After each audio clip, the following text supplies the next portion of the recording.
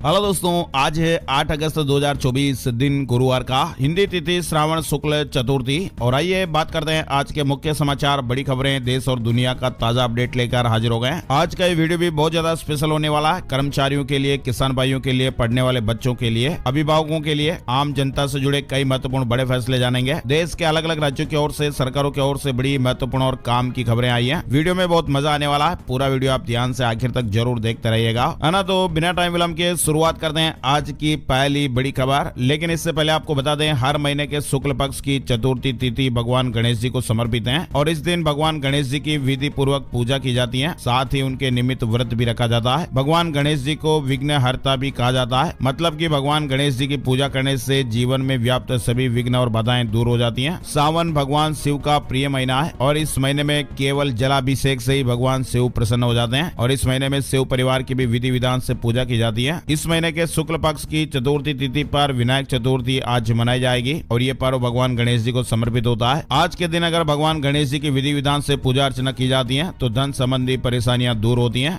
आर्थिक तंगी से निजात मिलती है, घर में सुख समृद्धि आती है, ना। और अब खबरों की शुरुआत में पहली बड़ी खबर, विशेष विमान से 10 अगस्त को वायनाड जाएंगे पीएम मोदी, पीड़ितों से मुलाकात करेंगे। प्रधानमंत्री नरेंद्र मोदी 10 अगस्त यानी शनिवार को केरल में भूस्खलन प्रभावित वायनाड का दौरा करेंगे। हेलीकॉप्टर से भूस्खलन प्रभावित इलाकों का हवाई सर्वेक्षण भी किया जाएगा। कुछ राहत शिविरों का भी दौरा किया जाएगा। वर्तमान में 10,000 से अधिक लोग शरण लिए हुए हैं। आपको बता दें, वायनाड में विनाशकारी भूस्खलन में जान गंवा देने वालों की संख्या 413 पहुंच गई है। 152 लोग अभी भी लापता बताए जा रहे हैं, उनकी तलाश जारी है। वहीं केरल सरकार भी भूस्खलन प्रभावित गाँव में पीड़ितों को सांत्वना देने के लिए हर संभव प्रयास कर रही है। सीएम विजयन ने कहा कि सभी जरूरतमंदों को एक नया मोबाइल फोन दिया जाएगा, मुफ्त राशन और नए डुप्लीकेट प्रमाण पत्र भी दिए जाएंगे। राहुल गांधी ने केंद्र की नरेंद्र मोदी सरकार से वायनाड भूस्खलन को राष्ट्रीय आपदा घोषित करने की भी मांग की है, ना। और बड़ी खबर आ रही है, दिल्ली कोचिंग हादसे में सीबीआई ने जांच शुरू कर दी है। राव कोचिंग मालिक पर एफआईआर दर्ज, घटना में 3 छात्रों की जान चली गई थी। सीबीआई ने बुधवार यानी 7 अगस्त को नई दिल्ली के कोचिंग बेसमेंट में हुई मौतों की जांच शुरू कर दी है। सीबीआई ने तय प्रक्रिया के तहत राउज स्टडी सर्कल के मालिक अभिषेक गुप्ता के खिलाफ फिर से मामला दर्ज किया है। इस मामले में दिल्ली हाईकोर्ट ने पुलिस और एमसीडी को भी फटकार लगाई थी, ना। और दिल्ली में एमसीडी की बड़ी कार्रवाई हुई है। 85 कोचिंग सेंटरों और संपत्तियों को सील कर दिया गया है। 200 को नोटिस दिए गए हैं। चलिए, बड़ी खबर आ रही है, सुप्रीम कोर्ट ने कहा कि हमारे आदेशों का पालन करना संवैधानिक दायित्व है। दरअसल पंजाब हरियाणा हाईकोर्ट ने कहा था कि शीर्ष अदालत खुद को वास्तविकता से ज्यादा सर्वोच्च मानती है। सुप्रीम कोर्ट ने बुधवार 7 अगस्त को पंजाब और हरियाणा हाईकोर्ट के एक आदेश में की गई टिप्पणियों पर नाराजगी जताई और उन्हें हटाने का आदेश दिया है। शीर्ष कोर्ट ने मामले का स्वतः संज्ञान लिया और टिप्पणी को चिंताजनक बताया है। वहीं चीफ जस्टिस की हाईकोर्ट को चेतावनी, टिप्पणी करते समय संयम बरतें। पीएमएलए एक्ट की संवैधानिक वैधता पर सुनवाई फिलहाल टल गई है। सुप्रीम कोर्ट ने ईडी के कामकाज के तरीके पर टिप्पणी की। दरअसल सुप्रीम कोर्ट में पीएमएलए के 2 नियमों पर पुनर्विचार के लिए स्पेशल बेंच बनाई गई है। कोर्ट 2022 में दिए गए अपने ही फैसले का रिव्यू करेगा, ना। और सारा इंडिया से जुड़ी बड़ी खबर भी सामने आई है। सारा इंडिया में लोगों के 2.5 लाख करोड़ रुपए जमा इंतजार में 4070 निवेशक मर भी गए। सांसद ने मोदी सरकार से गुहार लगाई है। माले सांसद कामरेड सुदामा प्रसाद ने बुधवार को सदन में जनता से जुड़े कई मुद्दों को उठाया।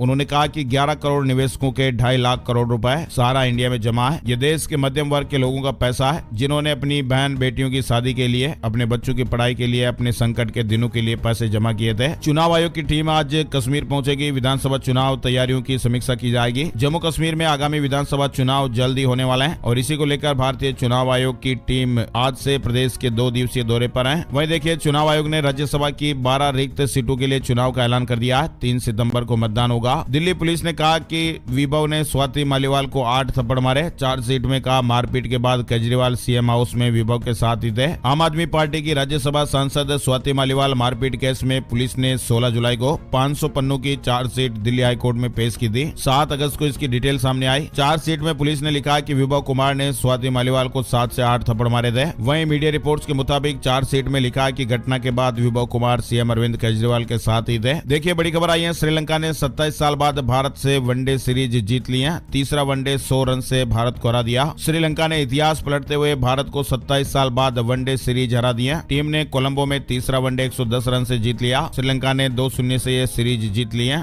और wrestler Vinesh Phogat Paris Olympic से बाहर, 50 किलो कैटेगरी से 100 ग्राम ज्यादा वजन निकला। फैसला सुनकर विनेश की तबीयत तक बिगड़ गई। भारतीय wrestler Vinesh Phogat Paris Olympic से बाहर हो गई है। बुधवार सुबह विनेश का वजन उनकी तय कैटेगरी 50 किलोग्राम से 100 ग्राम ज्यादा निकला है और इसके बाद बाद ओलंपिक एसोसिएशन ने उन्हें फ्री स्टाइल महिला कुश्ती के लिए अयोग्य घोषित कर दिया। मीडिया रिपोर्ट्स में बताया गया कि ओलंपिक से बाहर किए जाने के बाद विनेश फोगाट की तबीयत बिगड़ गई, उन्हें हॉस्पिटल में भर्ती कराया गया। वहीं न्यूज एजेंसी ने जानकारी दी है कि प्रधानमंत्री नरेंद्र मोदी ने इंडियन ओलंपिक एसोसिएशन की अध्यक्ष पीटी उषा से कहा है कि वे रेसलर की मदद के तरीके तलाशें। वहीं पीएम मोदी ने उषा से इस मामले में विरोध दर्ज कराने को भी कहा है। वहीं खेल मंत्री ने कहा कि विनेश मामले में अंतर्राष्ट्रीय कुश्ती संघ में विरोध जताया है। कांग्रेस की मांग है कि विनेश फोगाट को भारत रत्न दिया जाए। पूर्व मंत्री पीसी शर्मा ने कहा कि वे षड्यंत्र की वजह से ओलंपिक में डिस्क्वालीफाई हुई। पहलवान विनेश फोगाट पर वर्ल्ड मीडिया ने भी बहुत कुछ लिखा है। सीएनएन ने लिखा कि ओलंपिक की उम्मीद हार्ट ब्रेक में बदली। अल जजीरा ने कहा कि वे सिर्फ मेडल के लिए नहीं खेल रही थी। विनेश फोगाट को लेकर देश भर में गुस्सा भी है। वहीं विनेश फोगाट ने ओलंपिक से डिस्क्वालीफाई होने के बाद court of arbitration for sport CAS में इसके खिलाफ अपील की है। अब CAS आज गुरुवार को इस मामले में अंतरिम फैसला सुनाएगा। विनेश की सिल्वर की उम्मीद अभी भी जिंदा है। मेडल मिलेगा या नहीं आज फैसला हो जाएगा। विनेश फोगाट ने खुद को अयोग्य करार दिए जाने के खिलाफ अपील की है। उन्होंने कहा कि उन्हें सिल्वर मेडल दिया जाए। CAS ने अपना अंतिम फैसला सुनाने के लिए आज गुरुवार सुबह तक का समय मांगा था। और लगातार दूसरी बार पदक जीतने से चूकी मीराबाई चानू पेरिस ओलंपिक में चौथे स्थान पर रहकर सफर खत्म किया। मीराबाई चानू पेरिस ओलंपिक 2024 में पदक जीतने से चूक गई हैं। 1 किलो ज्यादा वजन उठाती मीराबाई तो काश से अपने नाम हो जाता। 199 किलो उठाकर चौथे स्थान पर रही। और ओलंपिक में 2 मेडल जीतने वाली मनु भाकर भारत लौट आई है। दिल्ली एयरपोर्ट पर माता पिता ने माथा चूमा, गले लगाया। कोच के साथ खुली गाड़ी में भी निकली। दिल्ली के इंदिरा गांधी इंटरनेशनल एयरपोर्ट पर उनका जोरदार स्वागत भी हुआ। पेरिस ओलंपिक में इतिहास रचने वाली मनु भाकर ने सोनिया गांधी से भी मुलाकात की है। चलिए आगे बढ़ते हैं। बड़ी खबर है बांग्लादेश से जुड़ी हुई है। 1000 बांग्लादेशी नागरिकों ने की भारत में घुसने की कोशिश। बीएसएफ ने जलपाईगुड़ी बॉर्डर पर रोक दिया। बांग्लादेश में हालात तनावपूर्ण बने हुए हैं। शेख हसीना के देश छोड़ने के बाद से ही हिंदू बांग्लादेशियों पर अत्याचार के आरोप लगा रहे हैं। पश्चिम बंगाल के जलपाईगुड़ी में भारत बांग्लादेश सीमा पर 1000 से ज्यादा बांग्लादेशी हिंदू पहुंच गए। स्थानीय सूत्रों के मुताबिक एकत्रित बांग्लादेशी भारत में प्रवेश करने के लिए आतुर हैं। खबरों में बताया जा रहा है कि बांग्लादेश में हिंदुओं के घर मंदिरों पर भी हमले हो रहे हैं। और बांग्लादेश में 15 सदस्यीय अंतरिम सरकार आज शपथ लेगी। बांग्लादेश में राजनीतिक उथल पुथल के बीच गुरुवार 8 अगस्त को रात 8:30 बजे नई सरकार का शपथ ग्रहण होगा। आर्मी चीफ वकार उज जमान ने ये जानकारी शेयर की है। उन्होंने कहा कि नई सरकार में 15 सदस्य होंगे। और ड्राइविंग लाइसेंस और गाड़ी की RC रखने वालों के लिए बड़ी खबर, इतने दिन के अंदर करवा लें अपडेट, नहीं तो रद्द भी हो सकते हैं। DL और RC से जुड़ी बड़ी खबर, सभी वाहन मालिकों के लिए, चालकों के लिए बड़ी खबर आ रही है। ट्रांसपोर्ट डिपार्टमेंट से मिली जानकारी के अनुसार अब गाड़ी का रजिस्ट्रेशन कार्ड और ड्राइविंग लाइसेंस आपके मोबाइल नंबर और पते से जुड़ा हुआ होना जरूरी है। अब बिहार में गाड़ियों के रजिस्ट्रेशन कार्ड यानी RC और चालकों के ड्राइविंग लाइसेंस DL के साथ मोबाइल नंबर का जुड़ा होना अनिवार्य कर दिया गया है। बिहार में नया नियम बनाया गया है और नए नियम के मुताबिक मोबाइल नंबर और पता अपडेट नहीं रहने पर ड्राइविंग लाइसेंस और गाड़ी का रजिस्ट्रेशन भी रद्द हो सकता है। परिवहन विभाग ने फिलहाल अपडेट करने के लिए 30 दिनों का समय दिया है। उसके बाद फिर एक्शन लिया जाएगा और जुर्माना भी वसूल होगा। और अब नहीं आएंगे मार्केटिंग वाले फर्जी कॉल, सरकार ने खास तैयारी की है। सरकार ने फर्जी कॉल और SMS पर लगाम लगाने के लिए तैयारियां पूरी कर ली हैं। बड़ी खबर, मृतकों के लिए TDS TCS नियम आसान हुए हैं। CBDT ने नए निर्देश जारी किए हैं। अगर पैन और आधार लिंक होने से पहले ही कटौतीकर्ता या संग्रहकर्ता की जान चली जाती है तो इस पर टैक्स की उच्च दरें लागू नहीं होगी। CBDT ने ये जानकारी एक सर्कुलर के जरिए दी। नियमों में ढील दी गई है। वहीं रेल हादसों पर अब लगाम लगेगी। 4 साल में सभी लोकोमोटिव को कवच प्रणाली से लेस कर दिया जाएगा। अगले 4 वर्षों में देश की सभी ट्रेनों में कवच प्रणाली लगा दी जाएगी। पायलट की गलतियों से ट्रेन हादसे नहीं होंगे। और शिक्षा के अधिकार को लेकर लापरवाही, 4 राज्यों में अब तक RT लागू नहीं। केंद्र ने राज्यसभा में इस तरह की जानकारी दी है। बच्चों की शिक्षा से जुड़े सवाल पर केंद्र ने राज्यसभा में जानकारी दी। 6 से 14 साल की उम्र के सभी बच्चों को नजदीक के स्कूल में निःशुल्क और अनिवार्य शिक्षा मुहैया कराने से जुड़े RT यानी राइट टू एजुकेशन कानून को लागू हुए करीब 15 साल होने को है। लेकिन अभी भी पंजाब, पश्चिम बंगाल, केरल और तेलंगाना ऐसे राज्य हैं जिन्होंने इस कानून को नहीं अपनाया है। जोमेटो ने ग्राहकों के लिए नई सुविधा बताई है। फूड के पेमेंट को लेकर अब आपके पास ये ऑप्शन भी होगा। कैश ऑन डिलीवरी ऑर्डर के लिए सटीक खुले पैसे ढूंढना कभी कभी असुविधाजनक भी हो सकता है और इसी को ध्यान में रखते हुए कंपनी ने ग्राहकों को एक नया विकल्प दिया है जिससे काफी सहूलियत रहेगी। यानी अब जोमेटो के ग्राहक कैश ऑन डिलीवरी ऑर्डर की जो शेष राशि है, छुट्टे वगैरह का लफड़ा है, तो अब जोमेटो के ग्राहक जोमेटो मनी खाते में जोड़ने के लिए कह सकते हैं और इसका इस्तेमाल भविष्य के ऑर्डर देने या बाहर खाने के लिए भी आप कर सकते हैं। मतलब खुले पैसे वगैरह नहीं है तो आप उन्हें जोमेटो मनी खाते में जुड़वाने के लिए बोल सकते हैं, तो खुल्लू का झंझट भी खत्म हो जाएगा। और अयोध्या में भी रिकॉर्ड टूट रहे हैं। प्रभु राम के दर्शन के लिए अब तक करोड़ों श्रद्धालु पहुंच चुके हैं। अयोध्या में जब से प्रभु राम अपने मंदिर में विराजमान हुए तब से लेकर अयोध्या राम भक्तों से गुलजार रहती है। अयोध्या धाम में 2023 तक हर साल 20 लाख श्रद्धालु आते थे, लेकिन 22 जनवरी से 31 जुलाई तक 2.5 करोड़ से अधिक श्रद्धालुओं का अयोध्या धाम में आगमन हुआ है। यानी औसतन 1 से 1.5 लाख श्रद्धालु प्रतिदिन आ रहे हैं। 10 साल में 187 से बढ़कर 731 हुए। मेडिकल कॉलेज MBBS सीटें भी 51,000 से बढ़कर 1,10,000 हुई। हेल्थ मिनिस्टर ने यह जानकारी दी है। क्रिकेटर ऋषभ पंत का नीरज चोपड़ा को लेकर ऐलान, बोले गोल्ड जीतने पर 1 लाख रुपए का इनाम, 10 लोगों को हवाई टिकट भी मिलेंगी। हाई कोर्ट का ईडी से सवाल, केजरीवाल को फिर गिरफ्तार करेंगे। जांच एजेंसी ने केजरीवाल की जमानत को चुनौती दी है। ट्रायल कोर्ट ने जमानत दी थी। बड़ी खबर आ रही है, सुप्रीम कोर्ट ने ईडी को मनी लॉन्ड्रिंग मामले में फटकारा है। कहा कि 5,000 से ज्यादा केस, सजा केवल 40 में। एजेंसी साइंटिफिक सबूत भी जुटाए। सरकार प्रॉपर्टी पर इंडेक्सेशन बेनिफिट वापस लाई। इसका फायदा बजट से पहले खरीदी संपत्ति पर ही मिलेगा। 23 जुलाई को इसे हटा दिया गया था।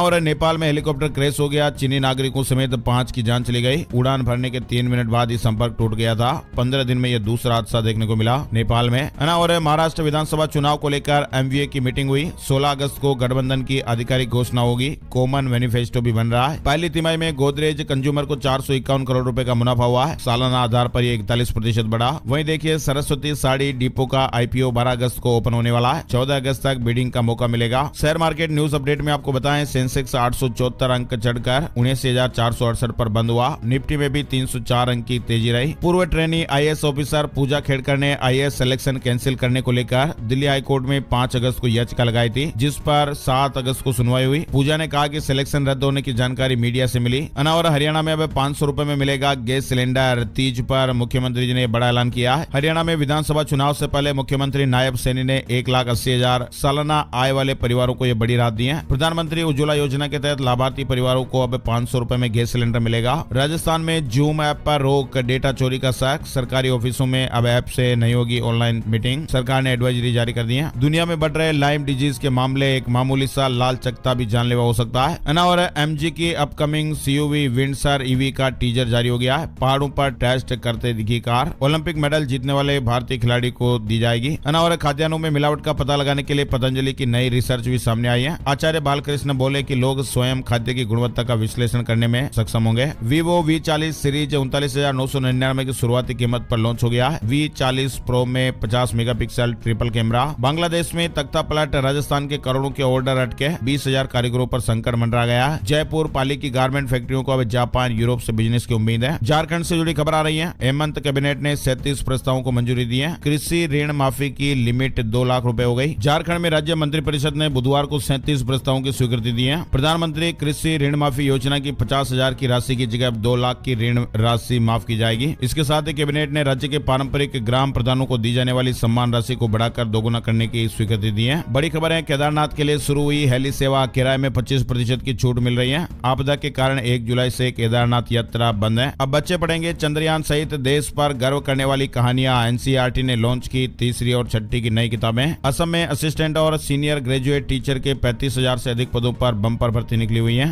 और ओला न्यू बाइक से जुड़ी खबर भी आई है। ओला ने नई बाइक का टीजर जारी किया है। 15 अगस्त को ये लॉन्च हो सकती है। साथ ही किसान भाइयों के लिए जरूरी अपडेट है। सरकार ने किसानों के लिए ब्याज सहायता योजना जारी रखने को मंजूरी दे दी है। इस योजना के तहत किसान भाइयों को 7% की रियायती ब्याज दर पर ऋण मिलता है। और गाजियाबाद में बच्चों को चुराने वाले गिरोह का भंडाफोड़ हुआ है। महिलाओं का भी ये सौदा करता था। 5 लोगों को अरेस्ट किया गया है। गुरुग्राम के चिंटल पैराडाइसो के जे टावर को 15 दिन में खाली करने के आदेश दिए गए हैं। पितृपक्ष श्राद्ध 17 सितंबर से। गया में अभी से ही होटलों की बुकिंग शुरू हो गई है। पंडे पूरी व्यवस्था करा रहे हैं। इंटरनेट बैन से जुड़ी खबर आ रही है। सिरसा जिले में बुधवार शाम 5 बजे से गुरुवार मध्य रात्रि तक इंटरनेट सेवाएं बंद रखने के आदेश राज्य सरकार की ओर से जारी किए गए हैं। वहीं करंट लगने से एक ही परिवार के 3 लोगों की दर्दनाक मौत हो गई। झारखंड से जुड़ी यह खबर है। बोकारो में बुधवार को बिजली करंट की चपेट में आकर एक ही परिवार के 3 सदस्यों की जानें चली गई। और इंडियन नेवी से जुड़ा अपडेट आ रहा है। विकसित भारत के लिए नौसेना का विजन जारी हुआ है। नौसेना प्रमुख ने बताया भारत कैसे बनेगा महाशक्ति। वहीं देखिए, लॉन्च से पहले टाटा ने दिखाई कर्व ICE। 2 सितंबर को यह कीमतों के बारे में आपको पता चल जाएगा।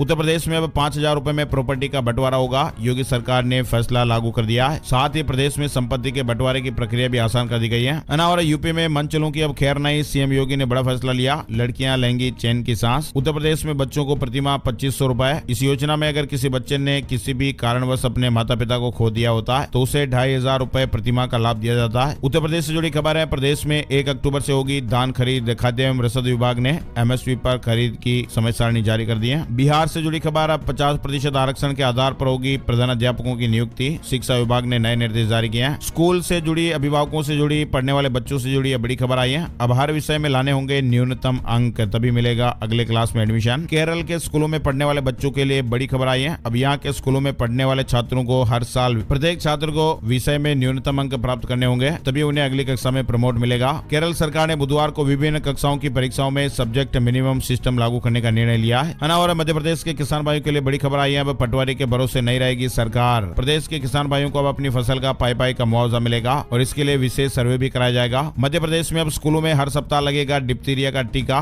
छोटे से बड़े बच्चों में बढ़ रही बीमारी। राजस्थान से जुड़ी ये बड़ी खबर सामने आ रही है। 9 अगस्त का सार्वजनिक अवकाश घोषित हो गया है। बंद रहेंगे सारे स्कूल, कॉलेज, बैंक और सरकारी दफ्तर। आदेश जारी। राजस्थान में 9 अगस्त को सार्वजनिक अवकाश घोषित कर दिया गया है। सरकार ने यह निर्णय विश्व आदिवासी दिवस के चलते लिया है। फ्री कोचिंग से जुड़ी खबर। राजस्थान सरकार ने फ्री कोचिंग योजना में संशोधन किया है। अब 30,000 छात्र ले सकेंगे लाभ। आरपीएससी एग्जाम से जुड़ी खबर। राजस्थान लोक सेवा आयोग अजमेर ने 6 भर्ती परीक्षाओं की तारीखों का ऐलान कर दिया है ना। और मध्य प्रदेश से जुड़ी खबर है। मोहन कैबिनेट बैठक संपन्न हो गई है। इन प्रस्तावों को मंजूरी मिली। कैबिनेट की बैठक में लाडली बहनों के खाते में 10 तारीख को 1500 रुपए डालने, किसानों के सीमांकन नामांकन अवधि बढ़ाने, छात्रावास और जेलों में सुधार समेत 1 दर्जन प्रस्तावों को मंजूरी दी गई है। मौसम और मानसून से जुड़े अपडेट भी चल रहे हैं। देश का मानसून ट्रेकर। यूपी में गंगा, यमुना और बिहार में 3 नदियां उफान पर हैं। राजस्थान में तो बाढ़ देखने को मिल रही है। घरों में 5 फीट पानी आया गया। 10 राज्यों में अलर्ट जारी है। वहीं चक्रवात फिर से एक्टिव हुआ है। 7 तारीख से लेकर 11 तारीख तक आध्यात्मिक बरसात की चेतावनी है। वहीं देखिए छत्तीसगढ़ मानसून अपडेट में बीजापुर में रेड अलर्ट, 20 जिलों में 24 घंटे की चेतावनी। छत्तीसगढ़ मानसून अपडेट आया। बीजापुर में रेड अलर्ट, 20 जिलों में 24 घंटे की चेतावनी दी।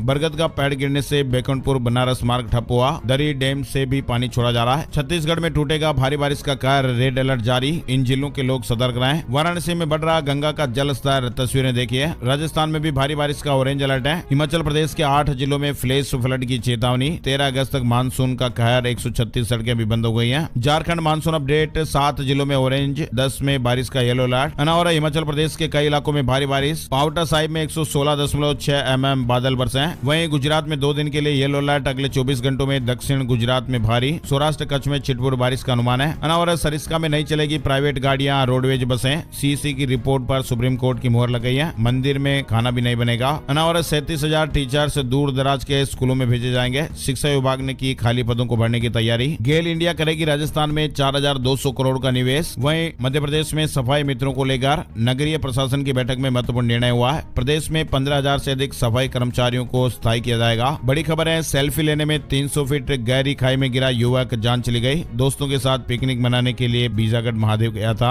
एमपी से जुड़ी खबर है। और इंदौर में अग्रवाल केंद्रीय समिति इंदौर के चुनाव आगे बढ़ गए। 18 अगस्त को होने वाले निर्वाचन को लेकर केंद्रीय समिति के वरिष्ठों ने यह फैसला लिया, ऐसा बताया जा रहा है। आईआईटी इंदौर ने सैनिकों के लिए बनाए विशेष जूते। कदम ताल करते ही बिजली जनरेट होगी और इसमें लगे जीपीएस से लोकेशन भी मिल पाएगी। इंदौर में लाइब्रेरी, कोचिंग क्लास सील करने से नया संकट। ऑफलाइन पढ़ाई और रिवीजन बंद हो गए। छत्तीसगढ़ में मिलेगी सभी विदेशी ब्रांड की शराब। 70 कंपनियों ने ऑफर रेट बताए हैं। और सीएम विष्णुदेव साय आज रायपुर में लगाएंगे जन दर्शन। पंजाब सरकार दिल्ली एयरपोर्ट पर खोलेगी केंद्र। पंजाब और एनआरआई लोगों को मदद मिलेगी। 24 घंटे सेंटर खुला रहेगा। उत्तराखंड में अक्टूबर से नवंबर में होंगे राष्ट्रीय खेल मंत्री रेखा आर्य ने अधिकारियों को तैयारी पूरी करने के निर्देश दिए हैं। वहीं केंद्र सरकार ने पान मसाला और तंबाकू उत्पादों के विनिर्माताओं के लिए नियम कड़े कर दिए हैं। अब बताते हैं आपको gold price today, silver price today. सोने चांदी के भाव। सोने और चांदी की कीमतों में गिरावट आई है। आईबीजे की वेबसाइट के मुताबिक 10 ग्राम 24 कैरेट सोना 276 रुपए गिरकर 68,906 रुपए का हो गया। चलते चलते आपको बताते हैं आज 8 अगस्त का राशिफल। 8 अगस्त गुरुवार को सिंह और मातंग नाम के शुभ योग बन रहे हैं। कर्क राशि के लिए आर्थिक मामलों में परिवार की सलाह फायदेमंद रहेगी। सिंह राशि वालों के बिजनेस के काम तय समय पर पूरे हो जाएंगे। कन्या राशि के लोगों को अच्छी खबर मिलेगी। तुला राशि के लोगों को नौकरी में तरक्की मिलने की संभावना है। वृश्चिक राशि के लोगों को नई उपलब्धियां मिल सकती हैं। साथ ही स्थान परिवर्तन होने के योग भी बन रहे हैं। धनु राशि वालों के दिन की शुरुआत अच्छी खबर से होगी। कुंभ राशि के लोग सोच समझकर फैसले लें। मीन राशि के लोग लेन देन में सावधानी रखें। इनके अलावा बाकी राशियों के लिए आज का दिन मिला जुला दिन रहेगा, है ना। तो ये थे दोस्तों आज के मुख्य समाचार, बड़ी खबरें, देश और दुनिया का ताजा अपडेट आप लोगों ने देखा और सुना। वीडियो कैसा लगा कमेंट करके जरूर बताइएगा। अपनी राय और सुझाव भी हमें बताइएगा।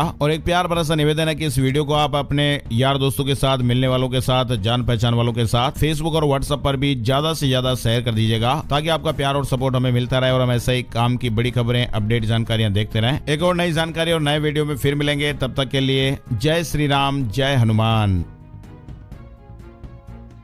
नमस्कार दोस्तों, स्वागत है आपका आज के मुख्य समाचारों में। जी हां दोस्तों, आपको यहां पर देखने को मिलेंगी सुबह से लेकर शाम तक की तमाम बड़ी खबरें मुख्य समाचार ब्रेकिंग न्यूज अपडेट्स के रूप में। तो चलिए दोस्तों, जान लेते हैं आज की पहली बड़ी खबर। Wrestler Vinesh Phogat Paris Olympic से हुई बाहर। 50 किलोग्राम कैटेगरी से 100 ग्राम ज्यादा वजन निकला। फैसला सुनकर विनेश की तबीयत बिगड़ी, अस्पताल में हुई भर्ती। जी हां दोस्तों, भारतीय रेसलर यानी कि पहलवान विनेश फोगाट पेरिस ओलंपिक से बाहर हो गई है। बुधवार सुबह विनेश का वजन उनकी तय कैटेगरी 50 किलोग्राम से 100 ग्राम ज्यादा निकला। इसके बाद ओलंपिक एसोसिएशन ने उन्हें फ्री स्टाइल महिला कुश्ती के लिए अयोग्य घोषित कर दिया। भारतीय ओलंपिक संघ ने भी इसकी पुष्टि की है। अब दोस्तों, विनेश बुधवार रात को होने वाला 50 केजी कैटेगरी की विमेंस रेसलिंग का फाइनल मुकाबला नहीं खेल पाई। उन्हें कोई मेडल भी नहीं मिला। वहीं दोस्तों, सबसे मुश्किल बात यह है कि इस फैसले के खिलाफ अपील भी नहीं की जा सकती है। विनेश पहली बार 50 किलोग्राम कैटेगरी में खेल रही थी। इससे पहले वे 53 किलोग्राम में खेलती थी। चलिए दोस्तों, जान लेते हैं अगली खबर। खेल मंत्री लोकसभा में बोले, विनेश मामले में अंतर्राष्ट्रीय कुश्ती संघ में विरोध जताया। लोकसभा में कहा, पीएम ने आईओएफ अध्यक्ष पीटी उषा से एक्शन लेने को कहा है। जी हां दोस्तों, संसद के मानसून सत्र के 13वें दिन बुधवार को ओलंपिक से विनेश फोगाट को डिस्क्वालीफाई करने के मामले में खेल मंत्री ने सरकार का पक्ष रखा। लोकसभा में खेल मंत्री मनसुख मांडविया ने कहा कि विनेश को रेसलिंग के 50 किलोग्राम कैटेगरी में खेलना था। उनका वजन 50 किलो से 100 ग्राम ज्यादा पाया गया, इसलिए उन्हें अयोग्य करार दिया गया है। भारत ने अंतर्राष्ट्रीय कुश्ती संघ से कड़ा विरोध जताया है। भारतीय ओलंपिक संघ आईओएफ की अध्यक्ष पीटी उषा अभी पेरिस में ही है। प्रधानमंत्री ने उनसे बात करके उचित एक्शन लेने के लिए कहा है।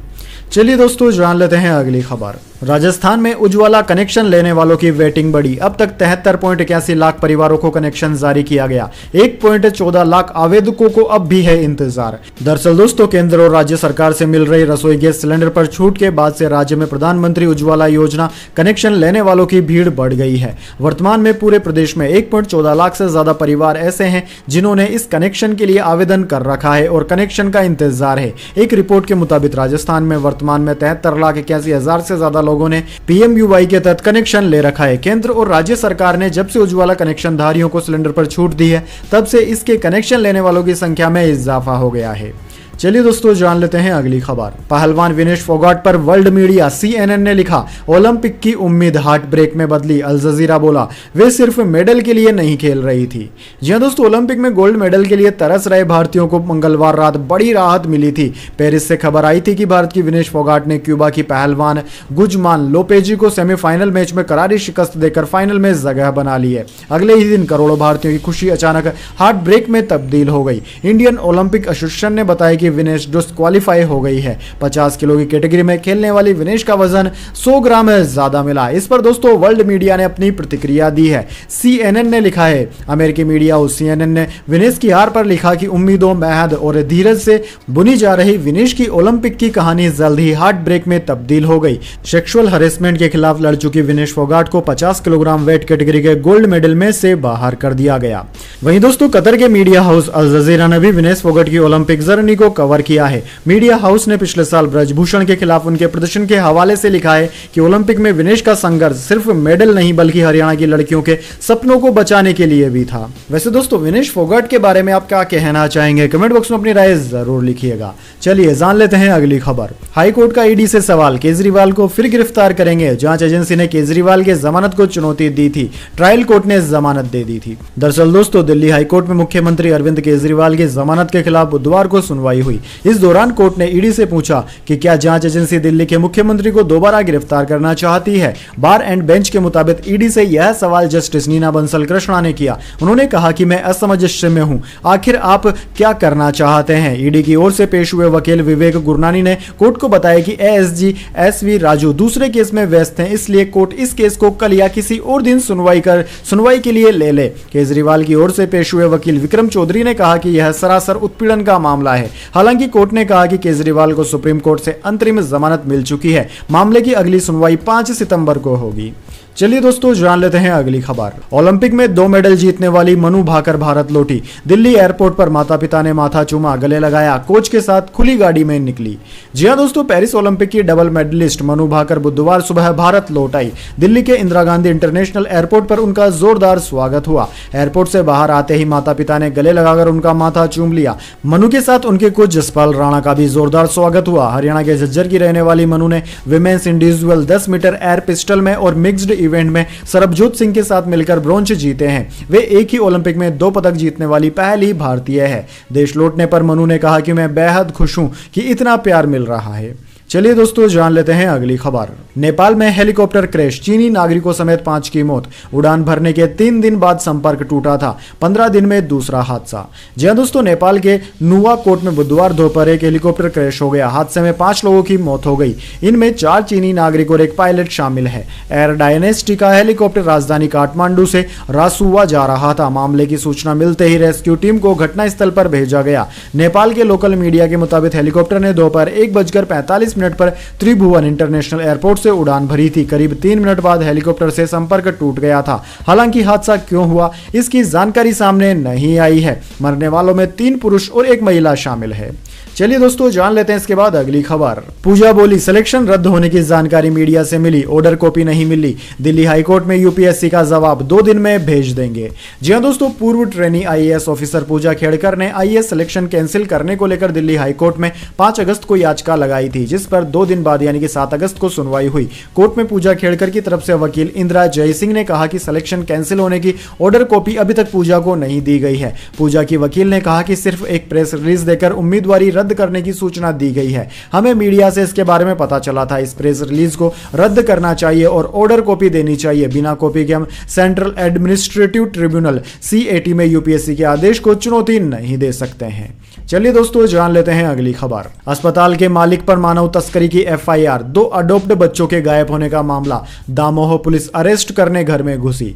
जी हां दोस्तों, दामोह के सबसे बड़े प्राइवेट हॉस्पिटल के ओनर डॉक्टर अजय लाल मानव तस्करी के केस में फंस गए हैं। पुलिस सोमवार को उन्हें अरेस्ट करने घर में घुस गई, लेकिन डॉक्टर लाल नहीं मिले। इसके बाद मंगलवार रात करीब 12 बजे डॉक्टर लाल और उनसे जुड़े कई लोगों पर ह्यूमन ट्रैफिकिंग यानी कि मानव तस्करी और जुवेनाइल जस्टिस केयर एक्ट के तहत एफआईआर दर्ज की गई है। इसके बाद डॉक्टर लाल की बेटी ने कहा कि यहां माहौल खराब है, हम अमेरिका जाएंगे। इधर आरोपी डॉक्टर अजय लाल को हाईकोर्ट ने राहत दी है और कोर्ट ने 9 अगस्त तक उनकी गिरफ्तारी पर रोक लगा दी है। चलिए दोस्तों जान लेते हैं अगली खबर। Weather update. यूपी में गंगा, यमुना और बिहार में 3 नदियां उफान पर। राजस्थान में बाढ़, घरों में 5 फीट पानी भरा। 10 राज्यों में हाई अलर्ट।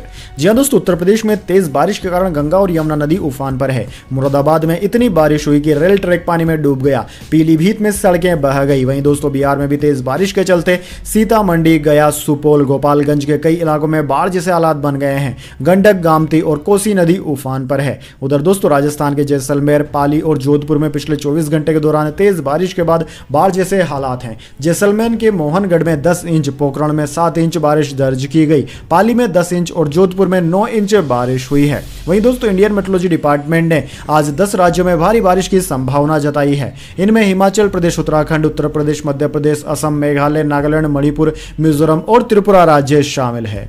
चलिए दोस्तों जान लेते हैं अगली खबर। खान यूनिस का कसाई यामा सिनवार हमास चीफ बना। हानियई के बाद सबसे ताकतवर नेता, 8 साल से अंडरग्राउंड, आधी जिंदगी जेलों में गुजारी। जी हां दोस्तों, हमास प्रमुख इस्माइल हानियई की मौत के बाद यामा सिनवार को हमास का नया चीफ बनाया गया है। हमास ने मंगलवार को एक बयान जारी कर इसकी जानकारी दी। इससे पहले यामा सिनवार सिर्फ गाजा में हमास की कमान संभाल रहा था। हानियई जहां कतर से संगठन को ऑपरेट कर रहा था, वहीं सिनवार गाजा में ही रहता है। 2017 में जब उसे गाजा का चीफ बनाया गया था, तब से वह कभी भी सामने नहीं आया। सिनवार की हमास पर काफी मजबूत पकड़ है। चलिए दोस्तों जान लेते हैं अगली खबर। राजस्थान में जूम ऐप पर लगी रोक, डेटा चोरी का शक। सरकारी ऑफिस में ऐप से होने वाली मीटिंग्स नहीं होंगी, जारी कर दी गई एडवाइजरी। जी हां दोस्तों, कोरोना में चर्चा में आई ऑनलाइन मीटिंग ऐप जूम पर राज्य सरकार ने बड़ा फैसला लिया है। सरकार ने सभी सरकारी ऑफिस में जूम ऐप से होने वाली ऑनलाइन मीटिंग पर रोक लगा दी है। दरअसल दोस्तों प्रदेश के सभी सरकारी ऑफिस में जूम ऐप के जरिए ही ऑनलाइन मीटिंग से अधिकारी जुड़ते थे। सरकार की ओर से मंगलवार को इस संबंध में आदेश जारी किए गए हैं। चलिए दोस्तों जान लेते हैं अगली खबर। श्रीलंका ने 27 साल बाद भारत से वनडे सीरीज जीती। तीसरा वनडे 100 रन से हराया। वेलालागे को 5 विकेट, शतक से चूके अविष्का फर्नांडो। जी हां दोस्तों, श्रीलंका ने इतिहास पलटते हुए भारत को 27 साल बाद वनडे सीरीज हरा दी है। टीम ने कोलंबो में तीसरा वनडे मुकाबला 110 रनों से जीता। बुधवार को श्रीलंका ने टॉस जीतकर बैटिंग चुनी और 7 विकेट खोकर 248 रन बना दिए। भारत 26.1 ओवर में 138 रन बनाकर आउट हो गया। वहीं दोस्तों श्रीलंका के अविष्का फर्नांडो ने 96, कुशल मेंडिस ने 59 और और पाथुम निसंगा ने 45 रन बनाए। भारत से डेब्यू कर रहे रियान पराग ने 3 विकेट लिए। बैटिंग में भारत से रोहित शर्मा ने 35, वाशिंगटन सुंदर ने 30, विराट कोहली ने 20 और रियान पराग ने 15 रन बनाए। वहीं दोस्तों श्रीलंका के दुनित वेलालागा ने 5 विकेट लिए। जेफरी वांडरसे और महेश तीक्ष्णा को 2-2 विकेट मिले। चलिए दोस्तों जान लेते हैं अगली खबर। भारत से फिनलैंड जाएगी शेख हसीना, राजनीतिक शरण के दावे पर आया यूरोपीय देश का बयान। जी हां दोस्तों, बांग्लादेश की पूर्व प्रधानमंत्री शेख हसीना का फ्यूचर प्लान क्या है, इस बारे में फिनलैंड को कोई जानकारी नहीं है। फिनलैंड के विदेश मंत्रालय ने उन रिपोर्ट्स पर प्रतिक्रिया दी जिसमें उनके यूरोपीय देश जाने का दावा किया जा रहा था। शेख हसीना के शरण के लिए फिनलैंड को एक विकल्प के रूप में माना जा रहा है, लेकिन यहाँ के मंत्रालय ने स्पष्ट किया है कि उन्हें इस बारे में कोई जानकारी नहीं है। फिलहाल दोस्तों बांग्लादेश की पूर्व प्रधानमंत्री शेख हसीना भारत में है और हिंडन एयरबेस पर सेफ हाउस में रह रही है। बांग्लादेश में तख्तापलट के बाद हसीना भारत आ गई थी। चलिए दोस्तों जान लेते हैं इसके बाद अगली बड़ी खबर, लेकिन उससे पहले मेरी आपसे एक छोटी सी रिक्वेस्ट है, अगर दोस्तों आपको अभी तक हमारी न्यूज़ पसंद आई है तो इसे छोटा सा लाइक जरूर दे दीजिए, और अगर आपको पसंद नहीं आई है तो बेशक आप डिसलाइक भी कर सकते हैं, लेकिन दोस्तों लाइक और डिसलाइक जरूर कीजिए, क्योंकि दोस्तों यही हमारी मेहनत का फल होता है और इसी से हमें पता चलता है कि आपको हमारी वीडियोज़ पसंद आ रही है या नहीं। तो चलिए दोस्तों जान लेते हैं अगली खबर। सेंसेक्स 874 अंक चढ़कर 79,468 पर बंद। निफ्टी भी 304 अंक की तेजी के साथ हुआ बंद। ओएनजीसी का शेयर 7.45% चढ़ा। जी हां दोस्तों, ग्लोबल मार्केट से मिले पॉजिटिव संकेतों के बाद भारतीय बाजार के इंडेक्स सेंसेक्स में आज 874 अंक यानी कि 1.11% की बढ़त रही। ये 79,468 के स्तर पर बंद हुआ। वहीं दोस्तों निफ्टी भी 304 अंक की तेजी के साथ 24,297 के स्तर पर बंद हुआ। दोस्तों आज के कारोबार में सबसे ज्यादा निफ्टी ऑयल एंड गैस 3.06% चढ़ा। मेटल, मीडिया, हेल्थ केयर और फार्मा इंडेक्स में 2% से ज्यादा की तेजी रही। निफ्टी के 50 शेयरों में से 44 में तेजी और महज 6 में गिरावट रही। ओएनजीसी के शेयर में 7.45% की तेजी रही। वहीं दोस्तों बात करें निफ्टी 50 के टॉप गेनर और टॉप लूजर स्टॉक्स की, तो दोस्तों आज के मार्केट में निफ्टी 50 के टॉप गेनर्स में ओएनजीसी, कोल इंडिया, अडानी एंटरप्राइजेज रहे, जबकि निफ्टी 50 के टॉप लूजर्स में इंडसइंड बैंक, टेक महिंद्रा और ब्रिटानिया इंडस्ट्रीज रहे। चलिए दोस्तों जान लेते हैं अगली खबर। सोने चांदी की कीमतों में फिर आई गिरावट। सोना 276 रुपए गिरकर 68,906 पर आया। चांदी 79,145 रुपए प्रति किलोग्राम पर। जी हां दोस्तों, सोने चांदी की कीमतों में आज एक बार फिर से गिरावट देखने को मिली। Indian bullion and jewellers association की वेबसाइट के मुताबिक 10 ग्राम 24 कैरेट सोना 276 रुपए गिरकर 68,906 रुपए का हो गया। कल इसके दाम 59,182 रुपए प्रति 10 ग्राम पर थे। वहीं दोस्तों 1 किलो चांदी 13 रुपए गिरकर 79,145 रुपए प्रति किलोग्राम की हो गई। इससे पहले चांदी 79,158 रुपए प्रति किलोग्राम पर थी। वहीं दोस्तों एक साल में चांदी 29 मई को अपने ऑल टाइम हाई 94,280 रुपए प्रति किलोग्राम पर पहुंच गई थी। चलिए दोस्तों जान लेते हैं अगली खबर। ओलंपिक में विनेश फोगाट और हिंदुस्तान के खिलाफ साजिश हुई, विजेंदर सिंह ने कहा। जी हां दोस्तों, पेरिस ओलंपिक में भारत की ओर से मेडल की होप विनेश फोगाट ने मंगलवार 6 अगस्त को ही रात सेमीफाइनल जीतकर फाइनल में जगह बना ली थी। उन्हें गोल्ड मेडल के लिए मुकाबले में उतरना था, लेकिन उन्हें 100 ग्राम वजन ज्यादा होने की वजह से डिस्क्वालीफाई कर दिया गया। इससे विनेश और उनके पूरे परिवार के साथ ही पूरे देश का दिल भी टूट गया। इस पर पूर्व ओलंपिक बॉक्सिंग खिलाड़ी और भाजपा नेता विजेंदर सिंह ने बयान दिया है। पूर्व ओलंपिक खिलाड़ी विजेंदर सिंह ने विनेश फोगाट के क्वालिफिकेशन को लेकर साजिश बताया है। उनका कहना है कि ओलंपिक में भारत के साथ साजिश हुई है। इसी बीच रेसलर रवि दहिया का बयान आया है कि विनेश को नियम के तहत अयोग्य घोषित किया गया है। यही नहीं, उन्होंने इसे विनेश का बैड लक भी बताया है। चलिए दोस्तों जान लेते हैं अगली खबर। हरियाणा विधानसभा चुनाव में पहला बड़ा ऐलान, 46 लाख परिवारों को 500 रुपए में मिलेगा सिलेंडर, सीएम ने कर दी घोषणा। जी हां दोस्तों, हरियाणा में विधानसभा चुनाव से पहले सीएम नायाब सैनी ने नया ऐलान किया है। दरअसल दोस्तों सूबे के जिंद में तीज उत्सव के अवसर पर हरियाणा में नायाब सिंह सैनी सरकार ने बड़ी घोषणा कर दी। इस दौरान सीएम ने हरियाणा में 500 रुपए प्रति सिलेंडर देने का ऐलान किया है। सीएम सैनी ने कहा है कि सूबे में 46 लाख परिवारों को 500 रुपए में रसोई गैस सिलेंडर मिलेगा। प्रदेश में 1,80,000 रुपए से कम आय वाले परिवारों को सरकार की इस योजना का फायदा होगा। दोस्तों जानकारी के अनुसार जिंदगी नई अनाज मंडी में मुख्यमंत्री नायाब सैनी राज्य स्तरीय तीज उत्सव में शामिल हुए थे और यहां पर बड़ी संख्या में महिलाएं भी पहुंची थी। चलिए दोस्तों जान लेते हैं इसके बाद अगली बड़ी खबर। 10 साल में 387 से बढ़कर 731 हुए मेडिकल कॉलेज। एमबीबीएस सीटें भी 51,000 से बढ़कर 1.1 लाख हुई। हेल्थ मिनिस्ट्री ने दी जानकारी। जी हां दोस्तों, केंद्रीय स्वास्थ्य मंत्री जेपी नड्डा ने मंगलवार को लोकसभा में जानकारी दी कि 2014 के बाद से देश में मेडिकल कॉलेजों की संख्या लगभग दुगनी हो गई है। उन्होंने कहा कि देश में मेडिकल कॉलेजों की संख्या बीते 10 साल में 387 से बढ़कर 731 हो गई है। इसके अलावा देश में अंडर ग्रेजुएट मेडिकल सीटें भी 51,348 से बढ़कर 1.12 लाख हो गई है। चलिए दोस्तों जान लेते हैं अगली खबर। उद्धव ठाकरे बोले बांग्लादेश में जनता की अदालत का फैसला हुआ, मोदी शाह को वहां जाना चाहिए, हिंदुओं की रक्षा केंद्र की जिम्मेदारी। जी हां दोस्तों, महाराष्ट्र के पूर्व मुख्यमंत्री और शिवसेना यूबीटी चीफ उद्धव ठाकरे ने बुधवार को दिल्ली में प्रेस कॉन्फ्रेंस में कहा कि जनता की अदालत सबसे बड़ी है। बांग्लादेश में जनता की अदालत का फैसला हुआ, वहां की घटना ने पूरी दुनिया को मैसेज दिया है कि जनता सबसे ऊपर है, सरकार को लोगों के धैर्य की परीक्षा नहीं लेनी चाहिए। उद्धव ने कहा कि अगर बांग्लादेश में हिंदुओं पर हमले हो रहे हैं तो प्रधानमंत्री नरेंद्र मोदी को कदम उठाना चाहिए। बांग्लादेश में हिंदुओं की रक्षा करना केंद्र सरकार की जिम्मेदारी है। भारत ने ही बांग्लादेश को आजादी दिलाई थी। चलिए दोस्तों जान लेते हैं अगली खबर। दिल्ली पहुंचते ही सोनिया गांधी से मिली मनु भाकर, मिनटों में तस्वीर हो गई वायरल। जी हां दोस्तों, पेरिस ओलंपिक में शानदार प्रदर्शन और 2 ओलंपिक मेडल के साथ बुधवार को स्वदेश लौटी मनु भाकर का दिल्ली एयरपोर्ट पर भव्य स्वागत हुआ। जैसे ही मनु एयरपोर्ट से बाहर निकली, उनके माता पिता ने उन्हें गले लगाकर उनका माथा चूम लिया। मनु के साथ उनके कोच जसपाल राणा का भी सभी ने जोरदार स्वागत किया। इसी बीच दोस्तों मनु भाकर कांग्रेस नेता सोनिया गांधी से भी मिली। सोशल मीडिया पर इसकी तस्वीर भी सामने आई है। दरअसल दोस्तों बुधवार सुबह मनु भाकर दिल्ली के इंदिरा गांधी अंतर्राष्ट्रीय हवाई अड्डे पर उतरी। मनु भाकर हरियाणा के झज्जर की रहने वाली है। दिल्ली एयरपोर्ट पर स्वागत के लिए उनके माता पिता, परिवार के सदस्यों के साथ दिल्ली, हरियाणा और उत्तराखंड के लोग भी पहुंचे। मनु भाकर के एयरपोर्ट पहुंचने से पहले टर्मिनल 3 भारत माता के जयकारों से गूंज उठा। चलिए दोस्तों जान लेते हैं इसके बाद अगली बड़ी खबर। सिरसा में डेरा प्रमुख की मौत पर बवाल, गद्दी के दावेदार आमने सामने, इंटरनेट हुआ बंद, हर जगह फोर्स तैनात। जी हां दोस्तों, हरियाणा के सिरसा में इस वक्त जगमालवाली डेरा पर दावेदारी का मसला गरमाया हुआ है। जगमालवाली डेरा के प्रमुख बहादुर चंद वकील की मौत को लेकर सवाल उठाए जा रहे हैं। बहादुर चंद की साजिश के तहत हत्या के भी आरोप लगाए जा रहे हैं। दरअसल दोस्तों हरियाणा सरकार ने धार्मिक नेता की मौत के बाद बुधवार को पूरे सिरसा जिले में इंटरनेट सेवाएं गुरुवार आधी रात तक के लिए निलंबित कर दी है। दोस्तों आपको बताते हैं, वकील सिरसा में डेरा जगमालवाली के प्रमुख थे। उनके अनुयायी उनकी मौत में गड़बड़ी का आरोप लगा रहे हैं, जबकि डेरा की कमान एक अलग गुट के हाथ में आने वाली है। शुक्रवार को वकील का अंतिम संस्कार किया गया।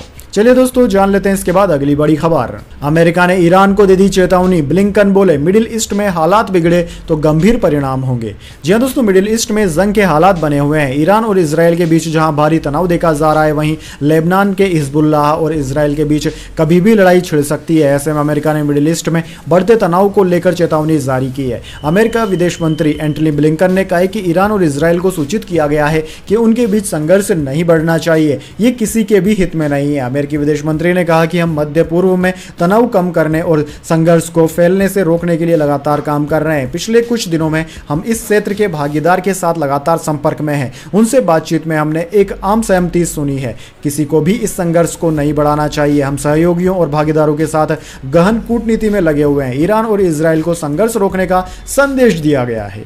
चलिए दोस्तों जान लेते हैं अगली खबर। बांग्लादेश में नोबेल विजेता यूनिस के नेतृत्व में कल शपथ लेगी अंतरिम सरकार। जी हां दोस्तों, नोबेल पुरस्कार से सम्मानित प्रोफेसर मोहम्मद यूसुफ के नेतृत्व वाली बांग्लादेश की अंतरिम सरकार गुरुवार को शपथ लेगी। सेना प्रमुख जनरल वकार उज जमा ने यह जानकारी दी। जनरल वकार ने बुधवार को संवाददाता सम्मेलन को संबोधित करते हुए कहा कि अंतरिम सरकार गुरुवार को रात 8 बजे शपथ ले सकती है। उन्होंने यह भी कहा कि सलाहकार परिषद में 15 सदस्य हो सकते हैं। चलिए दोस्तों जान लेते हैं अगली खबर। विनेश फोगाट को मिले भारत रत्न या राज्यसभा की सीट, टीएमसी सांसद अभिषेक बनर्जी ने कर दी बड़ी मांग। जी हां दोस्तों, पेरिस ओलंपिक 2024 में भारतीय पहलवान विनेश फोगाट को अयोग्य घोषित कर दिया गया। विपक्षी दलों ने महिला पहलवान विनेश फोगाट के ओलंपिक स्पर्धा के अयोग्य घोषित किए जाने के पीछे षड्यंत्र की आशंका जताई। इसी बीच टीएमसी सांसद अभिषेक बनर्जी ने विनेश फोगाट को भारत रत्न देने की मांग की है। वहीं दोस्तों टीएमसी सांसद अभिषेक बनर्जी ने कहा कि विनेश फोगाट को भारत रत्न मिले या राज्यसभा की सीट मिले। ओलंपिक से बाहर कर दिए जाने के बाद विनेश फोगाट की तबीयत बिगड़ गई और उन्हें अस्पताल में भर्ती कराया गया, जहां उनसे मिलने के लिए भारतीय ओलंपिक संघ आईओए की अध्यक्ष पीटी उषा भी पहुंची। चलिए दोस्तों जान लेते हैं अगली खबर। भारत में यहां शादीशुदा मर्द रख सकते हैं दूसरी महिला से संबंध, होता है लिखित एग्रीमेंट। जी हां दोस्तों, भारत में कई ऐसे नियम और कानून हैं जो सुनने में बहुत अजीब लगते हैं। इन कानूनों का विरोध भी होता है, लेकिन फिर भी वो चल रहे हैं। ऐसा ही कानून है दोस्तों भारत के राज्य गुजरात में, जहां शादीशुदा मर्दों को दूसरी बीवी रखने का भी अधिकार है। जी हां दोस्तों, आपने बिल्कुल सही सुना। इस राज्य में कानूनी तौर पर कोई भी शादीशुदा पुरुष दूसरी महिला के साथ लिव इन रिलेशनशिप में रह सकता है। वैसे दोस्तों कमेंट करके बताइए क्या यह कानून सही है या गलत, कमेंट बॉक्स में अपनी राय जरूर दीजिएगा। तो दोस्तों यह थी आज की तमाम बड़ी खबरें। इसके बाद दोस्तों बारी आती है आज के माइंड क्यूज क्वेश्चन की। जी हाँ दोस्तों, एक आसान से सवाल का जवाब देकर आप जीत सकते हैं एक सरप्राइज गिफ्ट हमारे यूट्यूब चैनल की ओर से। तो दोस्तों आज का सवाल आपकी स्क्रीन पर आ चुका है। भारत की पहली महिला राष्ट्रपति का नाम क्या था? जी हाँ दोस्तों, अगर आप जानते हैं भारत की पहली महिला राष्ट्रपति का नाम क्या है तो जल्दी से उनका नाम कमेंट बॉक्स में लिख दीजिए। अगर दोस्तों आपका जवाब होता है एकदम सही और आप चुन जाते हैं लकी विजेता के रूप में तो आपको मिल सकता है एक सरप्राइज गिफ्ट हमारे यूट्यूब चैनल की ओर से। तो दोस्तों जल्दी से अपना उत्तर कमेंट बॉक्स में लिख दीजिए, वीडियो को लाइक कर लीजिए और चैनल को सब्सक्राइब करके बेल आइकन भी दबा लीजिए। धन्यवाद। वंदे मातरम। जय हिंद, जय भारत। आज है 8 अगस्त 2024, दिन गुरुवार। Welcome back to clean news UP. चलिए देखते हैं उत्तर प्रदेश की 25 फटाफट बड़ी खबरों को। यमुना प्राधिकरण की बड़ी घोषणा। यमुना प्राधिकरण ने सेक्टर 28 में 100 एकड़ क्षेत्रफल में प्रस्तावित डेटा सेंटर पार्क को लेकर एक महत्वपूर्ण बदलाव की घोषणा की। अब इस क्षेत्र में डेटा सेंटर के साथ साथ एक आईटी पार्क भी विकसित किया जाएगा। नए प्लान के तहत इस 100 एकड़ भूमि को 50-50 एकड़ के 2 हिस्सों में बांटा जाएगा, जहां एक भाग में डेटा सेंटर पार्क और दूसरे भाग में आईटी पार्क की स्थापना की जाएगी।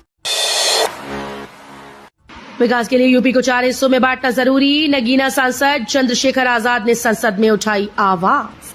उत्तर प्रदेश की नगीना लोकसभा सीट से सांसद और आजाद समाज पार्टी के मुखिया चंद्रशेखर आजाद ने यूपी का मुद्दा उठाते हुए जोरदार हमला बोल दिया। सांसद चंद्रशेखर ने सदन में उत्तर प्रदेश का विभाजन करने की मांग उठाई। सदन में उन्होंने केंद्र सरकार से मांग की है कि उत्तर प्रदेश को 4 भागों में विभाजित कर दिया जाए। एम्स में बैचलर ऑफ साइंस के 4 नए कोर्स होंगे शुरू। अखिल भारतीय आयुर्विज्ञान संस्थान में बोर्ड ऑफ स्टडीज की पहली बैठक हुई। बैठक में 4 नए बैचलर ऑफ साइंस कोर्स को शुरू करने का निर्णय लिया गया। इन कोर्सेज में medical laboratory technology, medical radiology और इमेजिंग टेक्नोलॉजी, एनेस्थीसिया टेक्नोलॉजी और ऑप्टोमेट्री टेक्नोलॉजी शामिल है। वाराणसी से सिंगरौली के लिए जल्द शुरू होगी विमान सेवा। 45 मिनट में तय होगा सफर। यूपी और एमपी के सीमांचल क्षेत्र के लोगों के लिए अच्छी खबर है। जल्द ही यूपी के वाराणसी स्थित लाल बहादुर शास्त्री इंटरनेशनल हवाई अड्डे से सिंगरौली में स्थित सिंगरौलिया हवाई पट्टी के बीच उड़ान सेवा शुरू हो सकती है। एयरपोर्ट अथॉरिटी ऑफ इंडिया की हरी झंडी के बाद इसकी कवायद तेज हो गई। वाराणसी से सिंगरौलिया हवाई पट्टी के बीच रीजनल ट्रांसपोर्ट एयरप्लेन यानी ATR 72 का संचालन किया जाएगा।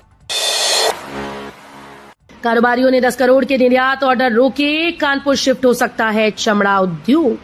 बांग्लादेश में बढ़ते संकट के बीच कानपुर के कारोबारियों ने 10 करोड़ रुपए के निर्यात ऑर्डर रोक दिए हैं। 100 करोड़ रुपए के भेजे गए कंसाइनमेंट बांग्लादेश के बॉर्डर पर पहले से फंसे हुए हैं। आने वाला एक सप्ताह महत्वपूर्ण है। जानकारों का कहना है कि संकट बरकरार रहा तो निर्यात पर असर पड़ सकता है। संकट का दूसरा पहलू ये भी है कि बांग्लादेश का चमड़ा कारोबार कानपुर व देश प्रदेश के अन्य शहरों में शिफ्ट हो सकता है। मंदिर तोड़े जा रहे, हिंदुओं को चुन चुन कर मारा जा रहा, एकजुट होना जरूरी, बांग्लादेश पर बोले सीएम योगी। यूपी के मुख्यमंत्री योगी आदित्यनाथ ने बांग्लादेश में हो रही हिंसा को लेकर बुधवार को लोगों को सचेत रहने और इतिहास से सबक लेने की नसीहत दी। सीएम योगी ने कहा कि सनातन धर्म को एकजुट रहने की आवश्यकता है। सीएम योगी ने कहा कि पड़ोसी देश में मंदिर तोड़े जा रहे हैं, चुन चुनकर हिंदुओं को निशाना बनाया जा रहा है, उन्हें मारा जा रहा है। इसके बाद भी हम लोग इतिहास की उन परतों को ढूंढने का प्रयास नहीं कर रहे जिसके कारण इस प्रकार की दुर्भाग्यपूर्ण स्थिति वहां पैदा हो। योगी सरकार अगले 1 साल तक सभी जिलों में लगाएगी आरोग्य मेला। योगी सरकार प्रदेश की जनता के उत्तम स्वास्थ्य को लेकर विभिन्न कार्यक्रम चला रही है। सरकारी अस्पतालों के कायाकल्प से लेकर सुपर स्पेशलिटी अस्पतालों के निर्माण के साथ ही स्वास्थ्य मेलों के आयोजन से बड़ी आबादी को लाभान्वित किया गया। इन प्रयासों में सबसे महत्वपूर्ण पहल आरोग्य मेला को अगले 1 साल तक बड़े पैमाने पर आयोजित करने के निर्देश मुख्यमंत्री ने स्वास्थ्य विभाग को दिए। इसके बाद विभाग अगस्त 2024 से जुलाई 2025 तक प्रदेश के सभी 75 जिलों में 1,72,000 से अधिक आरोग्य मेले का आयोजन करे। ग्रेटर नोएडा में बनेगा 2300 मीटर लंबा नया बाईपास। इन इलाकों में खत्म होगा जाम से जूझते एनसीआर के लिए एक और राहत भरी खबर है। ग्रेटर नोएडा के तिलपता में लगने वाले जाम से निजात दिलाने के लिए बाईपास का निर्माण किया जाएगा। करीब 2300 मीटर लंबा ये बाईपास रोड 130 मीटर रोड से शुरू होकर खोदना कला होते हुए दादरी बाईपास से रूपबास गांव के पास कनेक्ट होगा। इसके लिए सर्वे का काम पूरा होने के बाद ग्रेटर नोएडा प्राधिकरण ने जमीन खरीदने की प्रक्रिया भी शुरू कर दी है। नई हज नीति पेश। सरकारी कोटा घटाकर 70% हुआ। केंद्र सरकार ने नई हज नीति पेश कर दी है। इसके तहत अब कुल हज कोटे का 70% भारतीय हज कमेटी के पास होगा, जबकि 30% निजी टूर ऑपरेटर के अधीन होगा। इससे पहले की हज नीति के तहत सरकारी कोटा 80% होता था, जिसे इस बार 10% कम किया गया। निजी टूर ऑपरेटर के कोटे में 10% की बढ़ोतरी की गई। महाराजगंज से नौतनवा के बीच चलेंगी 4 रोडवेज की बसेस। महाराजगंज बस स्टेशन से नौतनवा जाने वाले यात्रियों को अब तक रोडवेज बस की सुविधा से वंचित थे, जिस कारण यात्रियों को प्राइवेट गाड़ियों पर निर्भर रहना पड़ता था। ऐसे में यात्रियों को ज्यादा पैसे खर्च करने पड़ते थे। ऐसे में यात्रियों सुविधा के लिए परिवहन विभाग की तरफ से महाराजगंज से नौतनवा होते हुए सनौली तक रोडवेज बस की सुविधा उपलब्ध कराई जाएगी। भगवान श्री कृष्ण के मंदिर निर्माण में अवरोध ईदगाह को हटाया जाए, मुस्लिम नेता रूबी खान ने की अपील। श्री कृष्ण जन्मभूमि ईदगाह विवाद के बीच मुस्लिम समाज के नेता रूबी खान, आसिफ खान समेत 1 दर्जन लोगों ने हिंदू पक्षकार दिनेश शर्मा को एक पत्र सौंपा। मुस्लिम समाज ने कहा कि भारतवर्ष जिसमें सभी हिंदू, मुस्लिम और अन्य पंथों के लोग रहते हैं, उनमें एकता कायम रहे। इसके लिए भगवान श्री कृष्ण अपने मूल गर्भगृह में विराजमान होने चाहिए। मुगलों के द्वारा जो मंदिर तोड़कर मस्जिद बनाई गई, वो एकता और अखंडता में अभिशाप है। इसकी जगह मुस्लिम बहुल क्षेत्र में ईदगाह बनाई जाए। रूबी खान ने कहा कि सभी मुकदमे न्यायालय ने स्वीकार कर लिए हैं, अब मुस्लिम पक्ष पलट नहीं सकता। सीयूईटी स्कोर से बीटेक, बीएफए समेत कई कोर्सेज के लिए रजिस्ट्रेशन 12 अगस्त तक। डॉक्टर एपीजे अब्दुल कलाम प्राविधिक विश्वविद्यालय और संबद्ध संस्थानों में सीयूईटी के जरिए स्नातक पाठ्यक्रमों के लिए पहले राउंड की चॉइस फिलिंग 14 और 15 अगस्त को आयोजित की जाएगी। इसके लिए प्राविधिक विश्वविद्यालय की ओर से विस्तृत शेड्यूल जारी कर दिया गया। एकेटीयू में उत्तर प्रदेश तकनीकी प्रवेश काउंसलिंग 2024 के जरिए सीयूईटी यूजी पाठ्यक्रमों के लिए पंजीकरण की शुरुआत हो गई है। केशव प्रसाद मौर्य के सरकार से बड़ा संगठन पर फैसला सुरक्षित, इलाहाबाद हाई कोर्ट में हुई सुनवाई। उत्तर प्रदेश के उप मुख्यमंत्री केशव प्रसाद मौर्य के सरकार से बड़ा संगठन वाले बयान के बाद से सियासी संग्राम मचा हुआ है। उनके इस बयान के खिलाफ इलाहाबाद हाई कोर्ट में याचिका दाखिल की गई। वहीं बुधवार को केशव के खिलाफ दाखिल जनहित याचिका पर सुनवाई करते हुए कोर्ट ने फैसला सुरक्षित रख लिया। वकील सुनील सिंह ने कहा कि सरकार में रहकर सरकार का विरोध कैसे हो रहा है, उनका ये बयान गैर संवैधानिक है। बिना रजिस्ट्रेशन अगर जानवर पाला तो लग जाएगा जुर्माना। उत्तर प्रदेश के ग्रेटर नोएडा में डॉग पॉलिसी को सख्ती से लागू कर दिया गया है। ग्रेटर नोएडा अथॉरिटी ने इस संबंध में आवश्यक दिशा निर्देश जारी कर दिया। डॉग पॉलिसी के तहत अगर कोई शख्स बिना रजिस्ट्रेशन के पालतू जानवर रखता है तो उस पर 2000 रुपए का जुर्माना लगाया जाएगा। रजिस्ट्रेशन के लिए पालतू जानवर का वैक्सीनेशन कार्ड अनिवार्य किया गया है। एमएमएमयूटी का टॉपर तय करने में समिति को भी छूट गया पसीना। मदन मोहन मालवीय प्रौद्योगिकी विश्वविद्यालय के 29 अगस्त को आयोजित होने वाले नवे दीक्षांत समारोह से टॉपर्स लिस्ट तैयार करने के दौरान अनोखा मामला सामने आया। बीटेक सिविल इंजीनियरिंग की 2 छात्राओं को एक समान अंक मिले थे। टाई ब्रेकर में इसका फैसला लिया गया। बीटेक में पहली बार टाई ब्रेकर में पहुंचे इस केस में पल्लवी सिंह सिविल इंजीनियरिंग विभाग की टॉपर बनी। मुख्यमंत्री योगी बोले, विनेश आप चैंपियन हैं, पूरा देश आपके साथ खड़ा है। पेरिस ओलंपिक में फाइनल मैच से पहले वजन बढ़ने के कारण अयोग्य करार दी गई महिला पहलवान विनेश फोगाट के समर्थन में पूरा देश खड़ा हो गया। हर कोई इसे दुर्भाग्यपूर्ण करार दे रहा है। अब यूपी के मुख्यमंत्री योगी आदित्यनाथ ने विनेश के समर्थन में बयान दिया।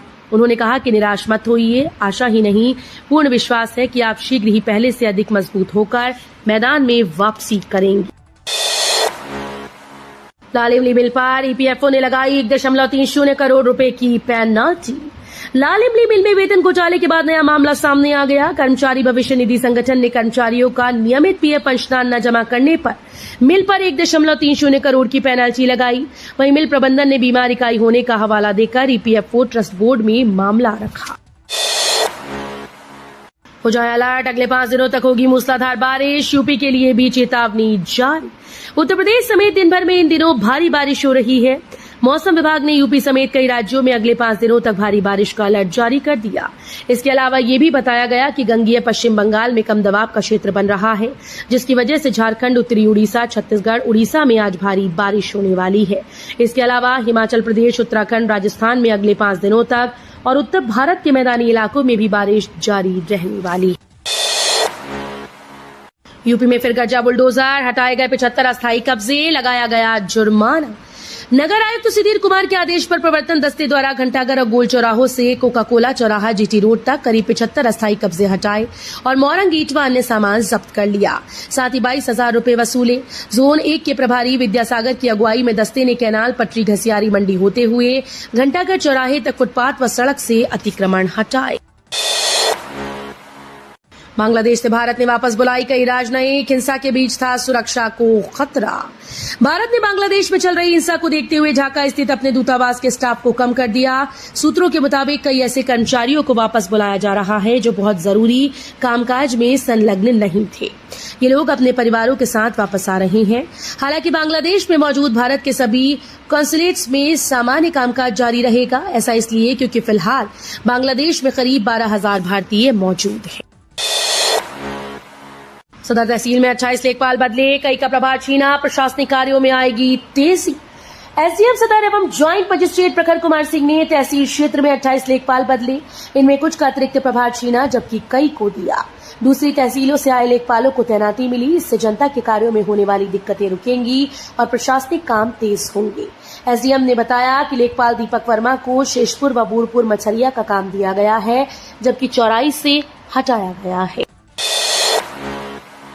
श्रीलंका ने भारत को वनडे सीरीज में हराकर रचा इतिहास। श्रीलंका ने भारत को हराकर इतिहास रच दिया है। उसने टीम इंडिया के खिलाफ वनडे सीरीज का तीसरा मुकाबला 110 रनों से जीता। वहीं सीरीज पर 2-0 से कब्जा किया। श्रीलंका ने करीब 27 सालों के बाद भारत को द्विपक्षीय वनडे सीरीज में हराया। टीम इंडिया की बुरी हार में कई रिकॉर्ड भी बन गए हैं। टीम इंडिया ने कोलंबो में तीसरे वनडे में 9 विकेट स्पिन के खिलाफ गंवाए। आगामी चुनाव में सीट बंटवारे पर नहीं बनी बात। इंडिया में पड़ गई दरार। लोकसभा चुनाव 2024 में शानदार प्रदर्शन के बाद गठबंधन इंडिया यूपी की 10 सीटों पर होने वाले उपचुनाव और महाराष्ट्र व हरियाणा विधानसभा चुनाव के लिए रणनीति बना रहा है। सूत्रों के मुताबिक कांग्रेस यूपी उपचुनाव में 2 सीटें मांग रही है। वहीं सपा ने कांग्रेस से हरियाणा में 2 और महाराष्ट्र में 12 सीटें मांगी। इस आंकड़े पर दोनों ही पार्टी असहमत है। ऐसे में गठबंधन में दरार होने की संभावना बढ़ गई है। किसानों के लिए सरकार का बड़ा ऐलान। अब इतने लाख तक के लोन पर जारी रहेगी ब्याज की छूट। सरकार ने चालू वित्त वर्ष के दौरान किसान क्रेडिट कार्ड के जरिए लिए गए कृषि और संबद्ध गतिविधियों के लिए 3 लाख रुपए तक की अल्पकालिक कर्ज के लिए ब्याज सहायता योजना जारी रखने को मंजूरी दी। इस योजना के तहत किसानों को 7% की रियायती ब्याज दर पर लोन मिलता है। समय पर कर्ज चुकाने वाले किसानों को 3% वार्षिक की अतिरिक्त ब्याज सहायता प्रदान की जाती है। यमुना सिटी में लगेगी 2 इंटरनेशनल सेमीकंडक्टर कंपनी। यमुना प्राधिकरण क्षेत्र में 2 इंटरनेशनल सेमीकंडक्टर कंपनी लगाई जाएंगी। इसके बाद एक झटके में यमुना सिटी में 160,000 करोड़ रुपए का निवेश आएगा। इसको लेकर यमुना विकास प्राधिकरण के सीईओ ने खास जानकारी दी। सीईओ डॉक्टर अरुणवीर सिंह ने बताया कि वर्तमान समय में सेमीकंडक्टर की महत्वपूर्ण आवश्यकता को देखते हुए केंद्रीय और उत्तर प्रदेश सरकारें इस क्षेत्र को प्रोत्साहित करने में जुटी हैं। तो ये थी आज की 25 फटाफट बड़ी खबरें। अगर आपको न्यूज पसंद आई हो तो वीडियो को लाइक और शेयर जरूर करें। धन्यवाद।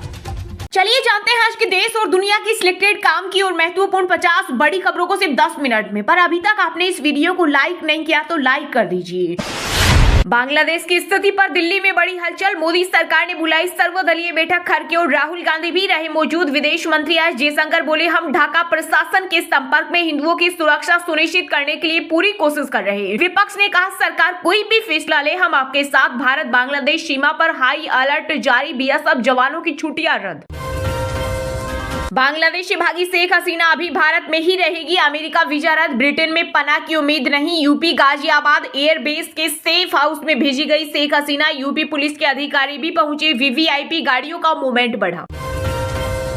संसद के मॉनसून सत्र के 12वें दिन विपक्ष ने जमकर कटा बवाल। इंडिया ब्लॉक के सदस्यों ने जीवन बीमा और स्वास्थ्य बीमा को जीएसटी के दायरे से बाहर करने की मांग को लेकर संसद भवन के बाहर किया प्रदर्शन। इससे पहले केंद्रीय मंत्री नितिन गडकरी भी वित्त मंत्री से कर चुके हैं बीमा से जीएसटी हटाने की मांग।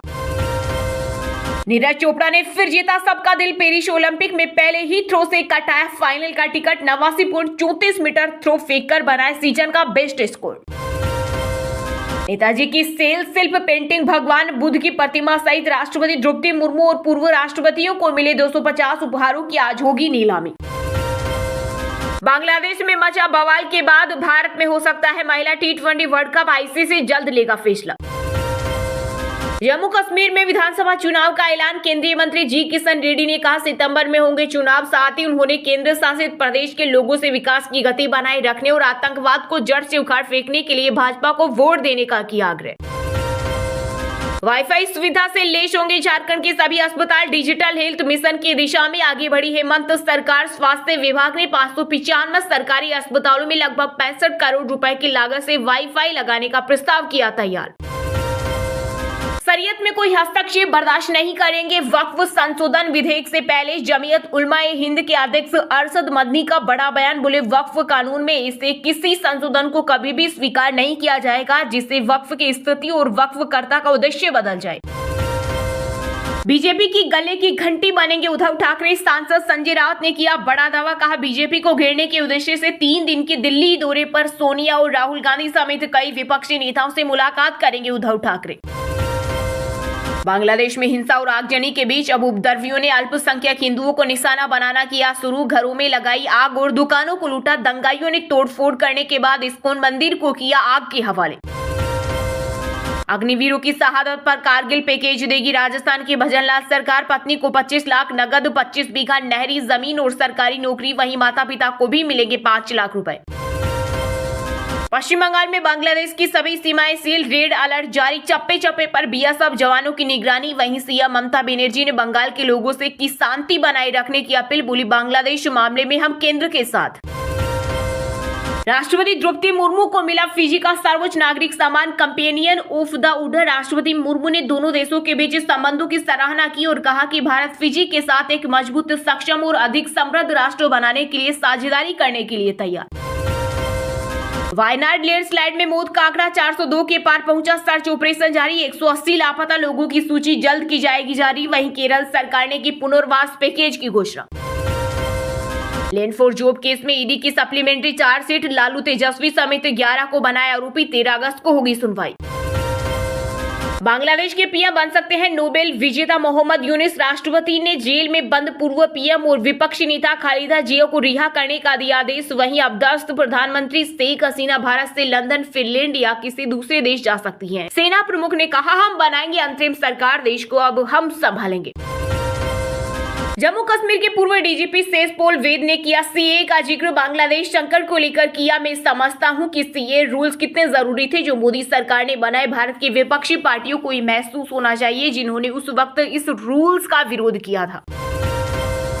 यूपी में सरकार और संगठन साथ साथ। उपचुनाव में सीएम योगी और डिप्टी सीएम केशव प्रसाद मौर्य का सुपर 5 फॉर्मूला तैयार। सबको 2-2 विधानसभा सीटों की जिम्मेदारी दी गई।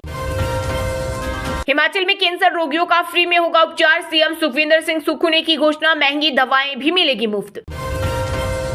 प्रधानमंत्री नरेंद्र मोदी को करीब से देखेंगे झारखंड के 2 किसान। स्वतंत्रता दिवस समारोह में विशेष मेहमान बनने का आया न्योता।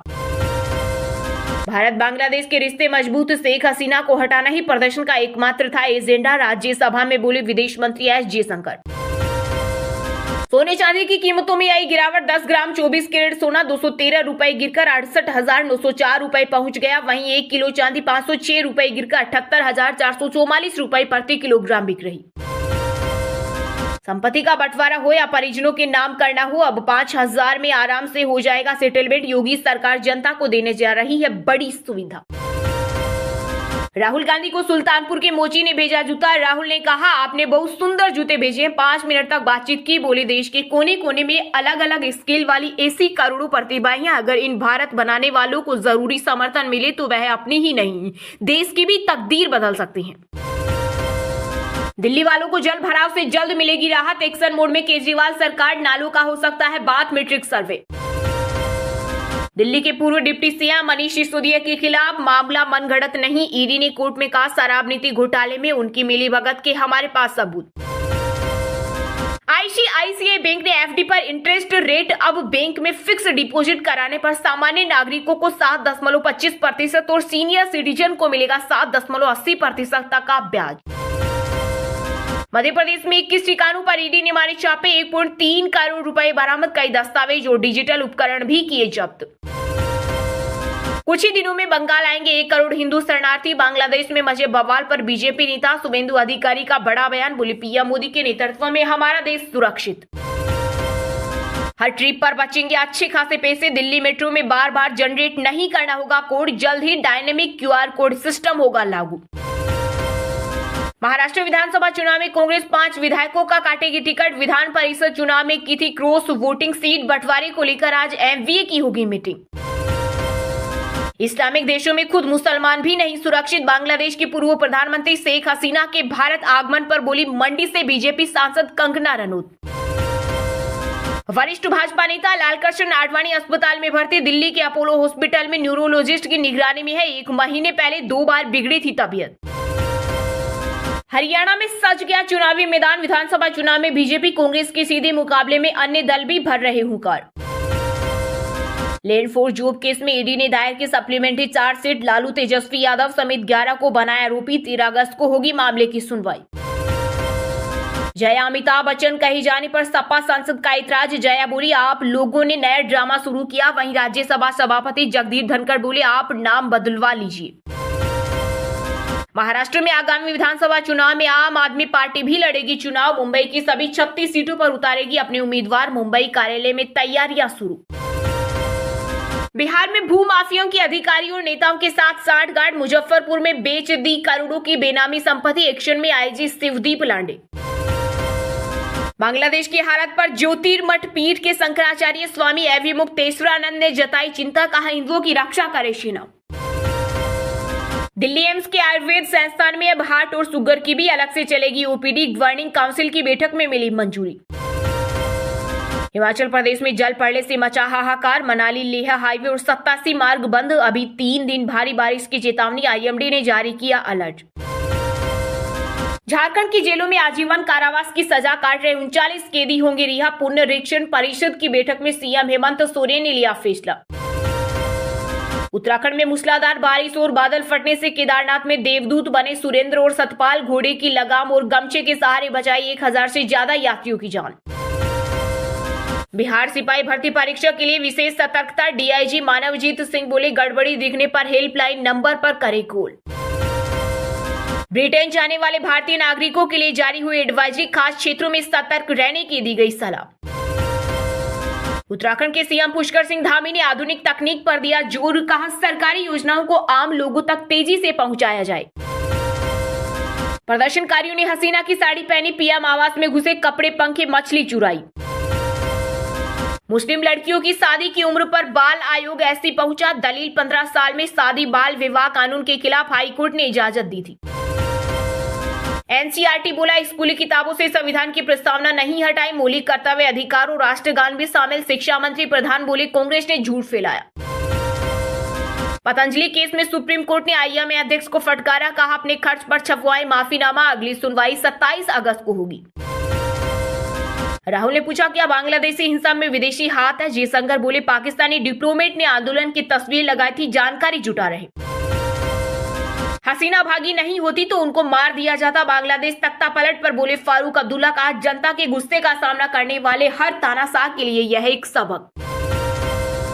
पेरिस ओलंपिक में पहलवान विनेश फोगाट की धाकड़ शुरुआत। विमेन्स 50 किलोग्राम के प्री क्वार्टर फाइनल में जापान की ओलंपिक और वर्ल्ड चैंपियन यूई सुसाकी को 3-2 से चटाई धूल। महाराष्ट्र के मुख्यमंत्री माझी लड़की बहन योजना पर बोले CM एकनाथ शिंदे। कहा महिलाओं के सशक्तिकरण से ही देश महाशक्ति बनेगा। वाराणसी में काशी विश्वनाथ मंदिर के पास 2 मकान ढहे। इसमें ड्यूटी पर तैनात महिला पुलिसकर्मी सहित 9 लोग दबे। 1 की मौत। PM मोदी ने मौजूदा स्थिति के बारे में कमिश्नर से ली जानकारी। हम अपने पड़ोसी नहीं बदल सकते, हमने तो नक्शा ही बदल दिया। पाकिस्तान को लेकर बोले retired general GD Bakshi. Rajasthan विधानसभा में भारी हंगामे के बीच कांग्रेस विधायक मुकेश भाकर 6 महीने के लिए सस्पेंड। मुख्य सचेतक बोले उन्होंने महिला सुरक्षा कर्मी का हाथ काटा। वहीं भाकर ने कहा स्पीकर सरकार का बचाव कर रहे। दिल्ली शराब नीति से जुड़े भ्रष्टाचार के मामले में रावत कोर्ट में BRS नेता के कविता की डिफॉल्ट याचिका हुई खारिज। बेल पिटीशन पर 7 अगस्त तक सुनवाई स्थगित। चलिए अब जानते हैं जो आम आदमी के काम की और फायदेमंद खबरें हैं उनको विस्तार से। पर इससे पहले अभी तक आपने इस वीडियो को लाइक नहीं किया तो लाइक कर दीजिए। बांग्लादेश की स्थिति पर दिल्ली में बड़ी हलचल। मोदी सरकार ने बुलाई सर्वदलीय बैठक। विदेश मंत्री एस जयशंकर बोले, हम ढाका प्रशासन के संपर्क में हिंदुओं की सुरक्षा सुनिश्चित करने के लिए कहा। विपक्ष ने कहा, सरकार कोई भी फैसला ले, हम आपके साथ। जी हां, बांग्लादेश में बिगड़े हालातों पर भारत ने पेनी नजर बनाई हुई है। शेख हसीना प्रधानमंत्री पद से इस्तीफा देने के बाद देश छोड़ चुकी है। फिलहाल उन्होंने भारत में शरण ली है। इस बीच विदेश मंत्री एस जयशंकर की अध्यक्षता में संसद में सर्वदलीय बैठक का आयोजन हुआ। इसमें बांग्लादेश में हुई हिंसा और पड़ोसी मुल्क में पैदा हुई राजनीतिक संकट की जानकारी सभी दलों के सांसदों को दी गई। आमतौर पर लगभग हर मुद्दे पर सरकार के साथ तकरार रखने वाला विपक्ष इस बार पूरी तरह से सरकार के समर्थन में खड़ा है। बैठक में विपक्ष ने कहा कि बांग्लादेश को लेकर सरकार कोई भी फैसला करती है तो वह उसके साथ है। सर्वदलीय बैठक में विदेश मंत्री एस जयशंकर के अलावा केंद्रीय गृह मंत्री अमित शाह और रक्षा मंत्री राजनाथ सिंह भी शामिल हुए। कांग्रेस सांसद और लोकसभा में नेता विपक्ष राहुल गांधी और राज्यसभा में नेता प्रतिपक्ष मल्लिकार्जुन खड़गे भी बैठक का हिस्सा बने। वहीं बांग्लादेश में बिगड़े हालातों को लेकर विदेश मंत्री एस जयशंकर ने संसद में जानकारी दी। राज्यसभा में बोलते हुए विदेश मंत्री ने कहा कि हम हालत पर नजर रखे हुए हैं। बांग्लादेश में जनवरी 2024 में हुए चुनाव के बाद से ही टेंशन का माहौल है। इसकी वजह से जून में छात्रों का प्रदर्शन शुरू हुआ। उन्होंने कहा कि सरकारी इमारतों और इंफ्रास्ट्रक्चर पर हमला किया गया है। जुलाई में पूरे महीने हिंसा चली है। हमने शांति के जरिए समाधान निकालने की गुजारिश की। विदेश मंत्री ने कहा कि हमारे लिए चिंता की बात यह है कि अल्पसंख्यकों के दुकानों और मंदिरों में कई जगह पर हमला हुआ। शेख हसीना कुछ वक्त के लिए भारत में है। हम भारतीय कम्युनिटी के टच में है। कई स्टूडेंट बांग्लादेश से लौटे हैं। हमारा दूतावास सक्रिय है। हमें आशा है वहां की सरकार हमारे नागरिकों को सुरक्षा मुहैया कराएगी। अल्पसंख्यकों पर हमले चिंता का विषय है। हम बांग्लादेश के संपर्क में है। जयशंकर ने कथित तौर पर सांसदों से कहा, यह एक मौजूदा स्थिति है। सरकार सही समय पर उचित कार्रवाई करेगी। जम्मू कश्मीर में विधानसभा चुनाव का ऐलान। केंद्रीय मंत्री जी किशन रेड्डी ने कहा, सितंबर में होंगे चुनाव। साथ ही उन्होंने केंद्र शासित प्रदेश के लोगों से विकास की गति बनाए रखने और आतंकवाद को जड़ से उखाड़ फेंकने के लिए भाजपा को वोट देने का किया आग्रह। केंद्रीय मंत्री जी किशन रेड्डी ने आतंकवाद को जड़ से उखाड़ फेंकने के लिए भारतीय जनता पार्टी को वोट देने का आग्रह किया। जम्मू कश्मीर में बीजेपी के चुनाव प्रभारी जी किशन रेड्डी बाना सिंह स्टेडियम में पार्टी की तरफ से आयोजित एकात्मक महोत्सव रैली को संबोधित कर रहे थे। इस रैली में बीजेपी के राष्ट्रीय महासचिव जम्मू कश्मीर के प्रभारी तरुण चुघू, बीजेपी प्रदेश अध्यक्ष रविंद्र रैना और अन्य प्रमुख वक्ता शामिल हुए। इस दौरान रेड्डी ने कहा कि 5 साल पहले 5 अगस्त को प्रधानमंत्री नरेंद्र मोदी के नेतृत्व वाली बीजेपी सरकार की तरफ से अनुच्छेद 370 को निरस्त करने के बाद जम्मू कश्मीर में पाकिस्तान और इसकी खुफिया एजेंसी ISI की गतिविधियों पर काफी हद तक अंकुश लगा है। केंद्रीय मंत्री ने कहा कि विधानसभा चुनाव सितंबर में होंगे और हमें यकीन है कि लोग बीजेपी को पूर्ण बहुमत से सत्ता में लाएंगे, क्योंकि पार्टी ने अनुच्छेद 370 हटाकर और भीमराव अम्बेडकर के संविधान को जम्मू कश्मीर तक विस्तारित करके राज्य में बदलाव लाए हैं। किशन रेड्डी ने विपक्षी दल विशेषकर कांग्रेस और नेशनल कॉन्फ्रेंस पर निशाना साधते हुए कहा कि वो अनुच्छेद 370 को फिर से लागू करने की बात कर रहे हैं, जिसने पाकिस्तान प्रायोजित आतंकवाद के जरिए जम्मू कश्मीर में केवल मौत और विनाश लाया है। उन्होंने कहा कि लोगों को ये तय करना होगा कि वो जम्मू कश्मीर में कौन सी सरकार चाहते हैं, वो जो अनुच्छेद 370 को बहाल करने की बात कर रहे हैं, या बीजेपी के नेतृत्व वाली सरकार जो जम्मू कश्मीर को विकास, शांति और समृद्धि की नई ऊंचाइयों पर ले जाना चाहती है।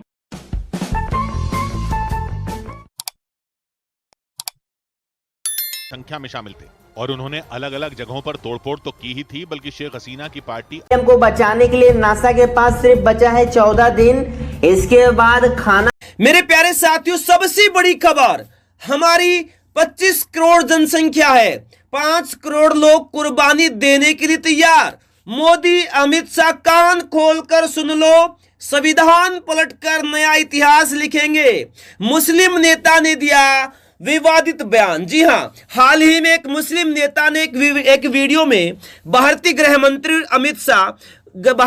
मंत्री अमित शाह और नरेंद्र मोदी जी को चेतावनी देते हुए विवादास्पद बयान दिया है। वीडियो में मुस्लिम नेता ने कहा, अमित शाह कान खोलकर सुन लो, अगर तुम्हारे कान में मैल है तो उसे निकाल कर सुन लो, लेकिन सुन लो, अब हम 5 लाख नहीं 25 करोड़ की जनसंख्या वाले लोग हैं, जिनमें से 5 करोड़ लोग कुर्बानी देंगे। और इतना ही नहीं, बाबा साहिब अंबेडकर का संविधान पलट देंगे और नया इतिहास लिखेंगे। इस बयान के बाद विभिन्न राजनीतिक और सामाजिक हलकों में विवाद खड़ा हो गया है। मुस्लिम नेता का यह बयान संविधान के प्रति उनकी असंतोष की ओर इशारा करता है और इसके संभावित प्रभाव पर सवाल खड़ा करता है। बयान में उन्होंने संख्या की बात करते हुए यह संकेत भी दिया कि बड़ी संख्या में लोग किसी भी असंतोषजनक स्थिति का विरोध करने के लिए तैयार हैं। वीडियो में मुस्लिम नेता ने जो भाषा और शब्दावली का प्रयोग किया है वह भी आलोचना का विषय बन गया है। आलोचकों का कहना है कि इस तरह के बयान संविधान और देश की एकता के प्रति गंभीर खतरा पैदा कर सकते हैं। उन्होंने इस बयान को संविधान के प्रति सम्मान की कमी और अस्थिरता का कारण भी बताया है। वहीं मेरे साथियों, एक और बड़ी खबर बिहार विधानसभा चुनाव को लेकर आई है। बिहार विधानसभा चुनाव में किन दो दलों के बीच होगा मुकाबला? प्रशांत किशोर बोले, जी हां मेरे साथियों, 2025 में होने वाले बिहार विधानसभा चुनाव के लिए प्रशांत किशोर मैदान में जोरदार तरीके से उतर चुके हैं। जन स्वराज को वह पार्टी में तब्दील करेंगे। इसके बाद पार्टी से जुड़े नेता 2025 में चुनाव लड़ेंगे। बिहार में मौजूदा वक्त की बात करें तो एनडीए की सरकार है, मुख्य रूप से विपक्ष में आरजेडी है। ऐसे में 2025 के चुनाव में प्रशांत किशोर का मुकाबला किससे होगा, इस पर उन्होंने बड़ा बयान दिया है। अपनी पार्टी को लेकर प्रशांत किशोर ने कहा कि कोई चैलेंज नहीं है। सवालिया लहजे में कहा कि जन बल के आगे कौन बल है। उन्होंने कहा कि लड़ाई जन स्वराज और एनडीए के बीच होगी, यह साफ है। प्रशांत किशोर ने आगे कहा, एनडीए में तो एक टायर नीतीश कुमार है जो पहले से ही पंक्चर है, 2-4 स्टेपनी है, छोटे मोटे दल, उनकी कोई वैल्यू नहीं है। भाजपा अकेले कितना खींचेगी, आरजेडी से कोई मुकाबला नहीं है। पीके ने आगे कहा कि आरजेडी अपने दम पर 1995 में जीती थी, उसके बाद कांग्रेस की स्टेपनी पर चल रही है। आरजेडी के 2010 में 22 सीट आई थी। पिछली बार चिराग पासवान खड़े नहीं होते तो फिर आरजेडी को वही 30 से 32 सीट मिलती। जी हां मेरे साथियों, एक और बड़ी खबर, आखिर यूपी में हार का जिम्मेदार कौन? सर्वे में सामने आया सच, अब की बार 400 पार। ये नारा पीएम नरेंद्र मोदी ने देश की संसद में दिया था, लेकिन जनता ने 400 तो दूर 250 पार भी नहीं जाने दिया। और बीजेपी को सबसे बड़ा झटका लगा था यूपी में, क्योंकि बीजेपी की तरफ से यूपी की 80 सीटों पर जीत का दावा किया जा रहा था, लेकिन जब चुनाव परिणाम सामने आए तो सबसे बड़ी हार उसे यूपी में ही मिली। इसके बाद से बीजेपी के अंदर मंथन चल रहा है कि हार का जिम्मेदार कौन है। चर्चा इस बात की भी शुरू हो गई है कि हाईकमान ने हार के लिए योगी आदित्यनाथ को जिम्मेदार माना है और हाईकमान के इशारों पर केशव प्रसाद मौर्य ने बागी तेवर अपना लिए। संगठन की तरफ से भी योगी पर दबाव बनाया जाने लगा। दूसरी तरफ योगी आदित्यनाथ भी विधायकों के साथ बैठक में जुट गए और इस बात की चर्चा शुरू हो गई कि योगी आदित्यनाथ की कुर्सी बचेगी या जाएगी। वैसे सवाल सिर्फ योगी का नहीं, दूसरे राज्य जहां बीजेपी की सरकार है और चुनाव में उसे हार मिली है, वहां भी सीएम को लेकर सवाल उठ रहे हैं। लेकिन सबसे ज्यादा चर्चा इस समय योगी को लेकर हो रही है और इस चर्चा के पीछे सबसे बड़ा कारण यूपी बीजेपी में इस समय चल रही तकरार को भी माना जा रहा है। यूपी में पार्टी बिखरती दिख रही है। जी हां मेरे साथियों, एक और बड़ी खबर, जी हां, शेख हसीना ने गाजियाबाद में की शॉपिंग, 30,000 के कपड़े खरीदे, कम पड़े नोट। जी हां मेरे साथियों, बांग्लादेश में सरकार विरोधी व्यापक प्रदर्शनों के बाद प्रधानमंत्री पद से इस्तीफा देकर भारत आई शेख हसीना अभी भी गाजियाबाद के हिंडन एयरबेस में मौजूद हैं। यहां उन्हें सेफ हाउस में ठहराया गया है। जी हां मेरे साथियों, बांग्लादेश से निकलने से पहले यूं तो शेख हसीना बहुत ज्यादा कुछ अपने साथ तो नहीं ला सकी, लेकिन वह एक सूटकेस और बैग अपने साथ लेकर आई है। हालांकि हिंडन एयरबेस में कुछ जरूरत का सामान शेख हसीना की ओर से खरीदा गया है। उन्होंने यहां शॉपिंग की। सूत्रों के हवाले से मिली जानकारी के अनुसार बांग्लादेश की पूर्व प्रधानमंत्री शेख हसीना ने अपनी बहन और अपने लिए कल हिंडन एयरफोर्स स्टेशन पर बने शॉपिंग कॉम्प्लेक्स से जरूरी सामान की खरीदारी की। उन्होंने यहां अपने और अपनी बहन के लिए कपड़ों की खरीदारी की। सूत्र बता रहे हैं कि बांग्लादेश की पूर्व सीएम ने 30,000 रुपए की खरीदारी की। सूत्र बता रहे हैं उन्होंने यह भुगतान इंडियन करेंसी में किया है, लेकिन उनके पास नोट कम पड़ गए। इसके बाद उन्होंने भारतीय नोट कम पड़ने पर बांग्लादेशी नोटों को दिया और पूरा पेमेंट किया। मीडिया रिपोर्ट्स में बताया गया था कि शेख हसीना बांग्लादेश से निकलते वक्त 4 सूटकेस और 2 बैग लेकर निकली थी, जिसमें जरूरत का सामान मौजूद था। वहीं मेरे साथियों एक और बड़ी खबर, जी हां मेरे साथियों बहुत बड़ी खबर आई है, मोदी तेरी कब्र खुदेगी, क्वेश्चन मार्क लगा लीजिए। यहां पेरिस ओलंपिक में विनेश फोगाट ने रचा इतिहास, वहां कंगना रनौत ने मारा ताना या दिलवा दी वो बात। जी हां, रेसलर विनेश फोगाट ने मंगलवार को इतिहास रच दिया दोस्तों।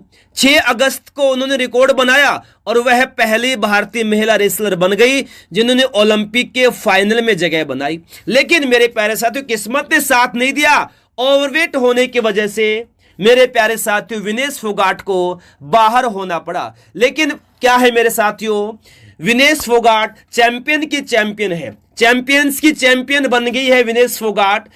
गोल्ड नहीं लेकर आई, मेडल नहीं लेकर आई, फिर भी चैंपियंस की चैंपियन बन गई। सिर्फ 100 ग्राम वेट ज्यादा होने की वजह से, 100 ग्राम वेट ज्यादा होने की वजह से उसको विनेश फोगाट को डिस्क्वालीफाई कर दिया गया और वह गोल्ड मेडल की जंग से बाहर हो गई। जी हां मेरे साथियों, बहुत ही एक बुरी खबर भी है। एक और बड़ी खबर मेरे प्यारे साथियों, विनेश फोगाट के डिस्क्वालिफिकेशन पर सदन में हंगामा। राहुल गांधी से स्पीकर ने कहा आप सिर्फ वायनाड पर बोलेंगे। संसद में विनेश फोगाट के पेरिस ओलंपिक में कुश्ती फाइनल से डिस्क्वालीफाई होने के मुद्दे को लेकर काफी ज्यादा हंगामा मचा है। विपक्षी सांसदों ने इस मुद्दे को जोर शोर के साथ लोकसभा में उठाया। जिस समय विनेश फोगाट के डिस्क्वालिफिकेशन को लेकर हंगामा हो रहा था, उसी वक्त लोकसभा में नेता प्रतिपक्ष और कांग्रेस सांसद राहुल गांधी के वायनाड में हुई त्रासदी पर बोलने का भी समय हो गया। राहुल जैसे ही बोलने के लिए खड़े हुए, स्पीकर ने उन्हें सिर्फ वायनाड पर बोलने की हिदायत दी। दरअसल राहुल जिस वक्त बोलने के लिए खड़े हो रहे थे, उस समय विपक्ष के सांसद लगातार हंगामा मचा रहे थे। इस दौरान स्पीकर की चेयर पर बैठे पीसी मोहन ने नेता प्रतिपक्ष से कहा कि आप सिर्फ वायनाड पर बोलेंगे। राहुल के खड़े होने से पहले सदन में केंद्रीय मंत्री और बीजेपी सांसद अर्जुन राम मेघवाल ने कहा कि केंद्रीय खेल मंत्री दोपहर 3 बजे विनेश फोगाट के मामले पर संसद में बयान देने वाले हैं। हालांकि उसके बाद भी हंगामा रुकने का नाम नहीं ले रहा था। विपक्षी सांसदों ने इस मुद्दे पर शोर मचाना जारी रखा। एक और बड़ी खबर मेरे प्यारे साथियों, बांग्लादेश की तरह नरेंद्र मोदी के निवास में भी घुस जाएगी जनता। ये क्या बोल गए पूर्व मंत्री, अब मचा हड़कंप। जी हां मेरे साथियों, बांग्लादेश में इस वक्त सियासी बवाल मचा हुआ है।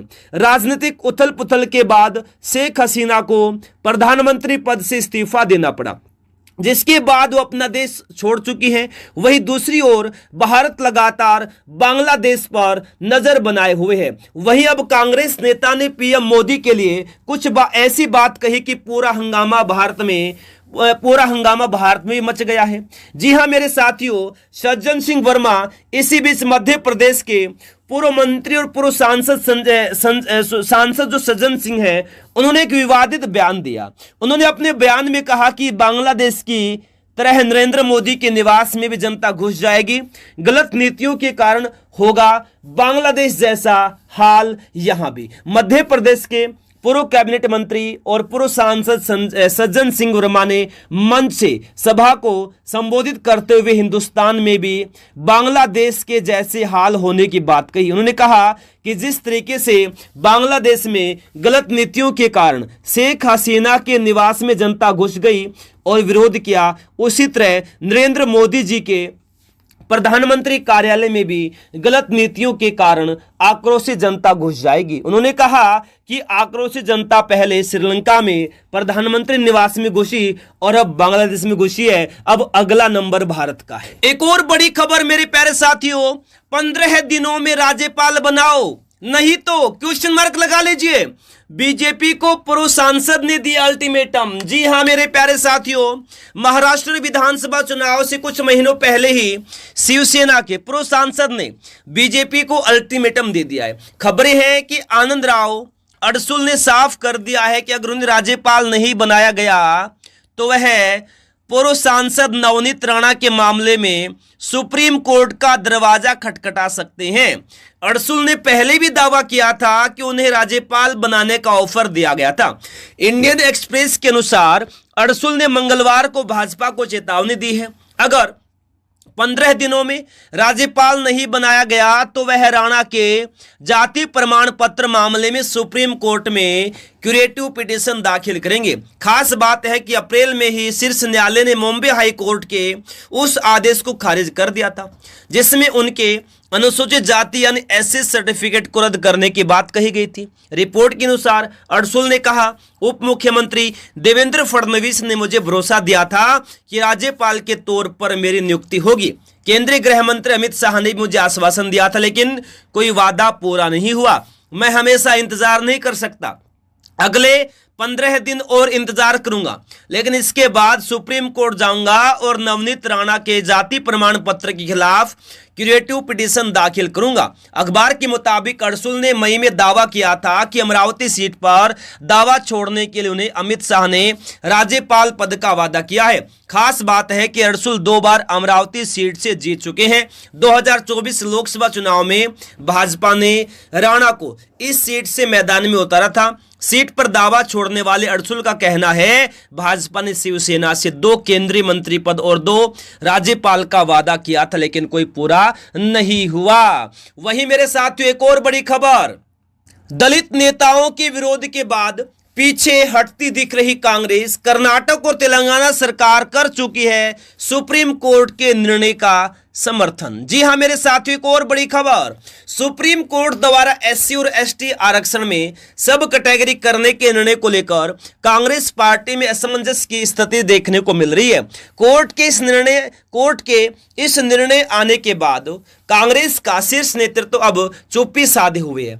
हालांकि पार्टी के कई नेता व्यक्तिगत रूप से अपना विचार दे रहे हैं। इसी मामले को लेकर कांग्रेस अध्यक्ष मल्लिकार्जुन खड़गे ने पार्टी नेताओं की बैठक ली, जिसमें खड़गे के अलावा कांग्रेस संसदीय दल की अध्यक्ष सोनिया गांधी, लोकसभा में नेता प्रतिपक्ष राहुल गांधी, पार्टी महासचिव केसी वेणुगोपाल, रणदीप सुरजेवाला, जयराम रमेश समेत कई वरिष्ठ नेता इस बैठक में शामिल हुए। इसके साथ ही कानूनी जानकार अभिषेक मनु सिंघवी और पार्टी के दलित चेहरे मुकुल वासनिक, कुमारी शैलजा, पीएल पुनिया, उदित राज, राजेश लिलोठिया मौजूद रहे। वहीं मेरे साथियों एक और बड़ी खबर, बचत खाते के मिनिमम बैलेंस पेनल्टी से जमकर कमा रहे बैंक। वित्त मंत्री का जवाब, गरीबों को नहीं होगा कोई नुकसान। सरकारी बैंकों के द्वारा मिनिमम बैलेंस नहीं रखने पर पेनल्टी वसूलने का मुद्दा संसद तक पहुंच गया है। इस मुद्दे को लेकर राज्यसभा में सरकार से सवाल किए गए। हालांकि सरकार का कहना है गरीबों से बैंक इस तरह की पेनल्टी वसूल नहीं करते और न ही आगे पेनल्टी लेने की कोई योजना है। वित्त मंत्री निर्मला सीतारमण ने राज्यसभा में मंगलवार को मिनिमम बैलेंस पेनल्टी से जुड़े सवालों का जवाब दे रही थी। उनसे पूछा गया था कि क्या सरकारी बैंक गरीबों से मिनिमम बैलेंस मेंटेन नहीं करने पर पेनल्टी वसूल रही है और मोटी कमाई कर रहे हैं। जवाब में वित्त मंत्री निर्मला सीतारमण ने कहा कि बैंकों के द्वारा गरीबों के खातों पर पेनल्टी नहीं वसूली की जाती। उन्होंने कहा कि जनधन अकाउंट या बेसिक सेविंग अकाउंट के मामले में लोगों को मिनिमम बैलेंस मेंटेन करने की जरूरत नहीं है। प्रधानमंत्री जनधन योजना के तहत खोले गए बैंक अकाउंट में जीरो बैलेंस रहने पर भी बैंक पेनल्टी नहीं लगाते। इसी तरह बेसिक सेविंग अकाउंट में भी जीरो बैलेंस रहने पर पेनल्टी नहीं लगाई जाती।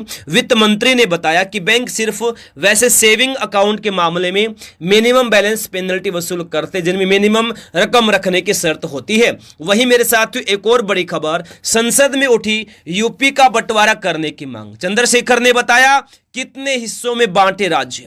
उत्तर प्रदेश स्थित नगीना लोकसभा निर्वाचन क्षेत्रों सांसद और आजाद समाज पार्टी के नेता चंद्रशेखर आजाद ने देश के सबसे बड़े राज्य यूपी के बंटवारे की मांग की है। संसद के मानसून सत्र के दौरान लोकसभा में चंद्रशेखर ने लोकसभा क्षेत्र नगीना व देश के विभिन्न मुद्दों पर अपनी बात रखी। इस दौरान उन्होंने कहा कि उत्तर प्रदेश देश का सबसे बड़ा सूबा है, उसको इस बजट में कुछ नहीं मिला। 80 मेंबर जीतकर आए हैं, न के बराबर राज्य को मिला। यूपी में 25 करोड़ की आबादी है, 5 किलो राशन सरकार दे रही है, लेकिन जीवन जीने के लिए काफी नहीं है। इज्जत की जिंदगी जीने के लिए और भी बुनियादी सुविधाएं चाहिए, इसके लिए भी सरकार के पास कोई उपाय नहीं है। नगीना सांसद ने कहा कि यूपी जब एक बड़ा राज्य है, लेकिन यूपी में भाजपा सरकार की विकास गति धीमी है। हमारे केंद्र की सरकार से मांग है कि यूपी को 4 भागों में विभाजित किया जाए। वहीं मेरे साथियों एक और बड़ी खबर, मैदान खेल का लड़ाई सियासी, विनेश फोगाट के अयोग्य घोषित होने को क्यों बताया जा रहा साजिश।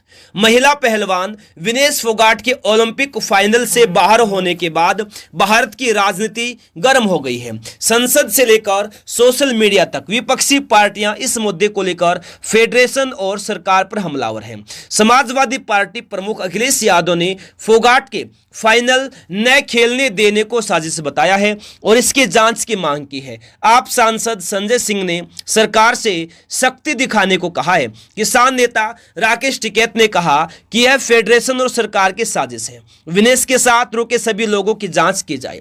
फेडरेशन ने फोगाट के फाइनल न खेल पाने को दुखद और देश का नुकसान बताया है।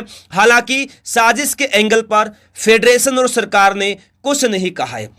विपक्ष के दावे और फेडरेशन सरकार की चुप्पी के बीच सवाल उठ रहा है, आखिर क्यों विनेश फोगाट मामले में राजनीति हो रही है। विनेश फोगाट ओलंपिक के फाइनल में पहुंच गई थी, उनका फाइनल खेला जाना तय माना जा रहा था। इसी बीच खबर आई कि वजन की वजह से विनेश मैच नहीं खेल पाएगी। विनेश का वजन 50 किलो से करीब 150 ग्राम ज्यादा था। ओलंपिक नियम के मुताबिक कुश्ती के पहलवानों को कैटेगरी से सिर्फ 100 ग्राम तक की ही छूट मिल सकती है। विनेश 50 किलोग्राम की कैटेगरी में मैच खेल रही थी, इस वजह से उनको अयोग्य घोषित कर दिया गया। वहीं मेरे साथियों एक और बड़ी खबर, आप सांसद संजय सिंह का फिर से जेल जाना तय, 9 अगस्त को सरेंडर करने का आदेश।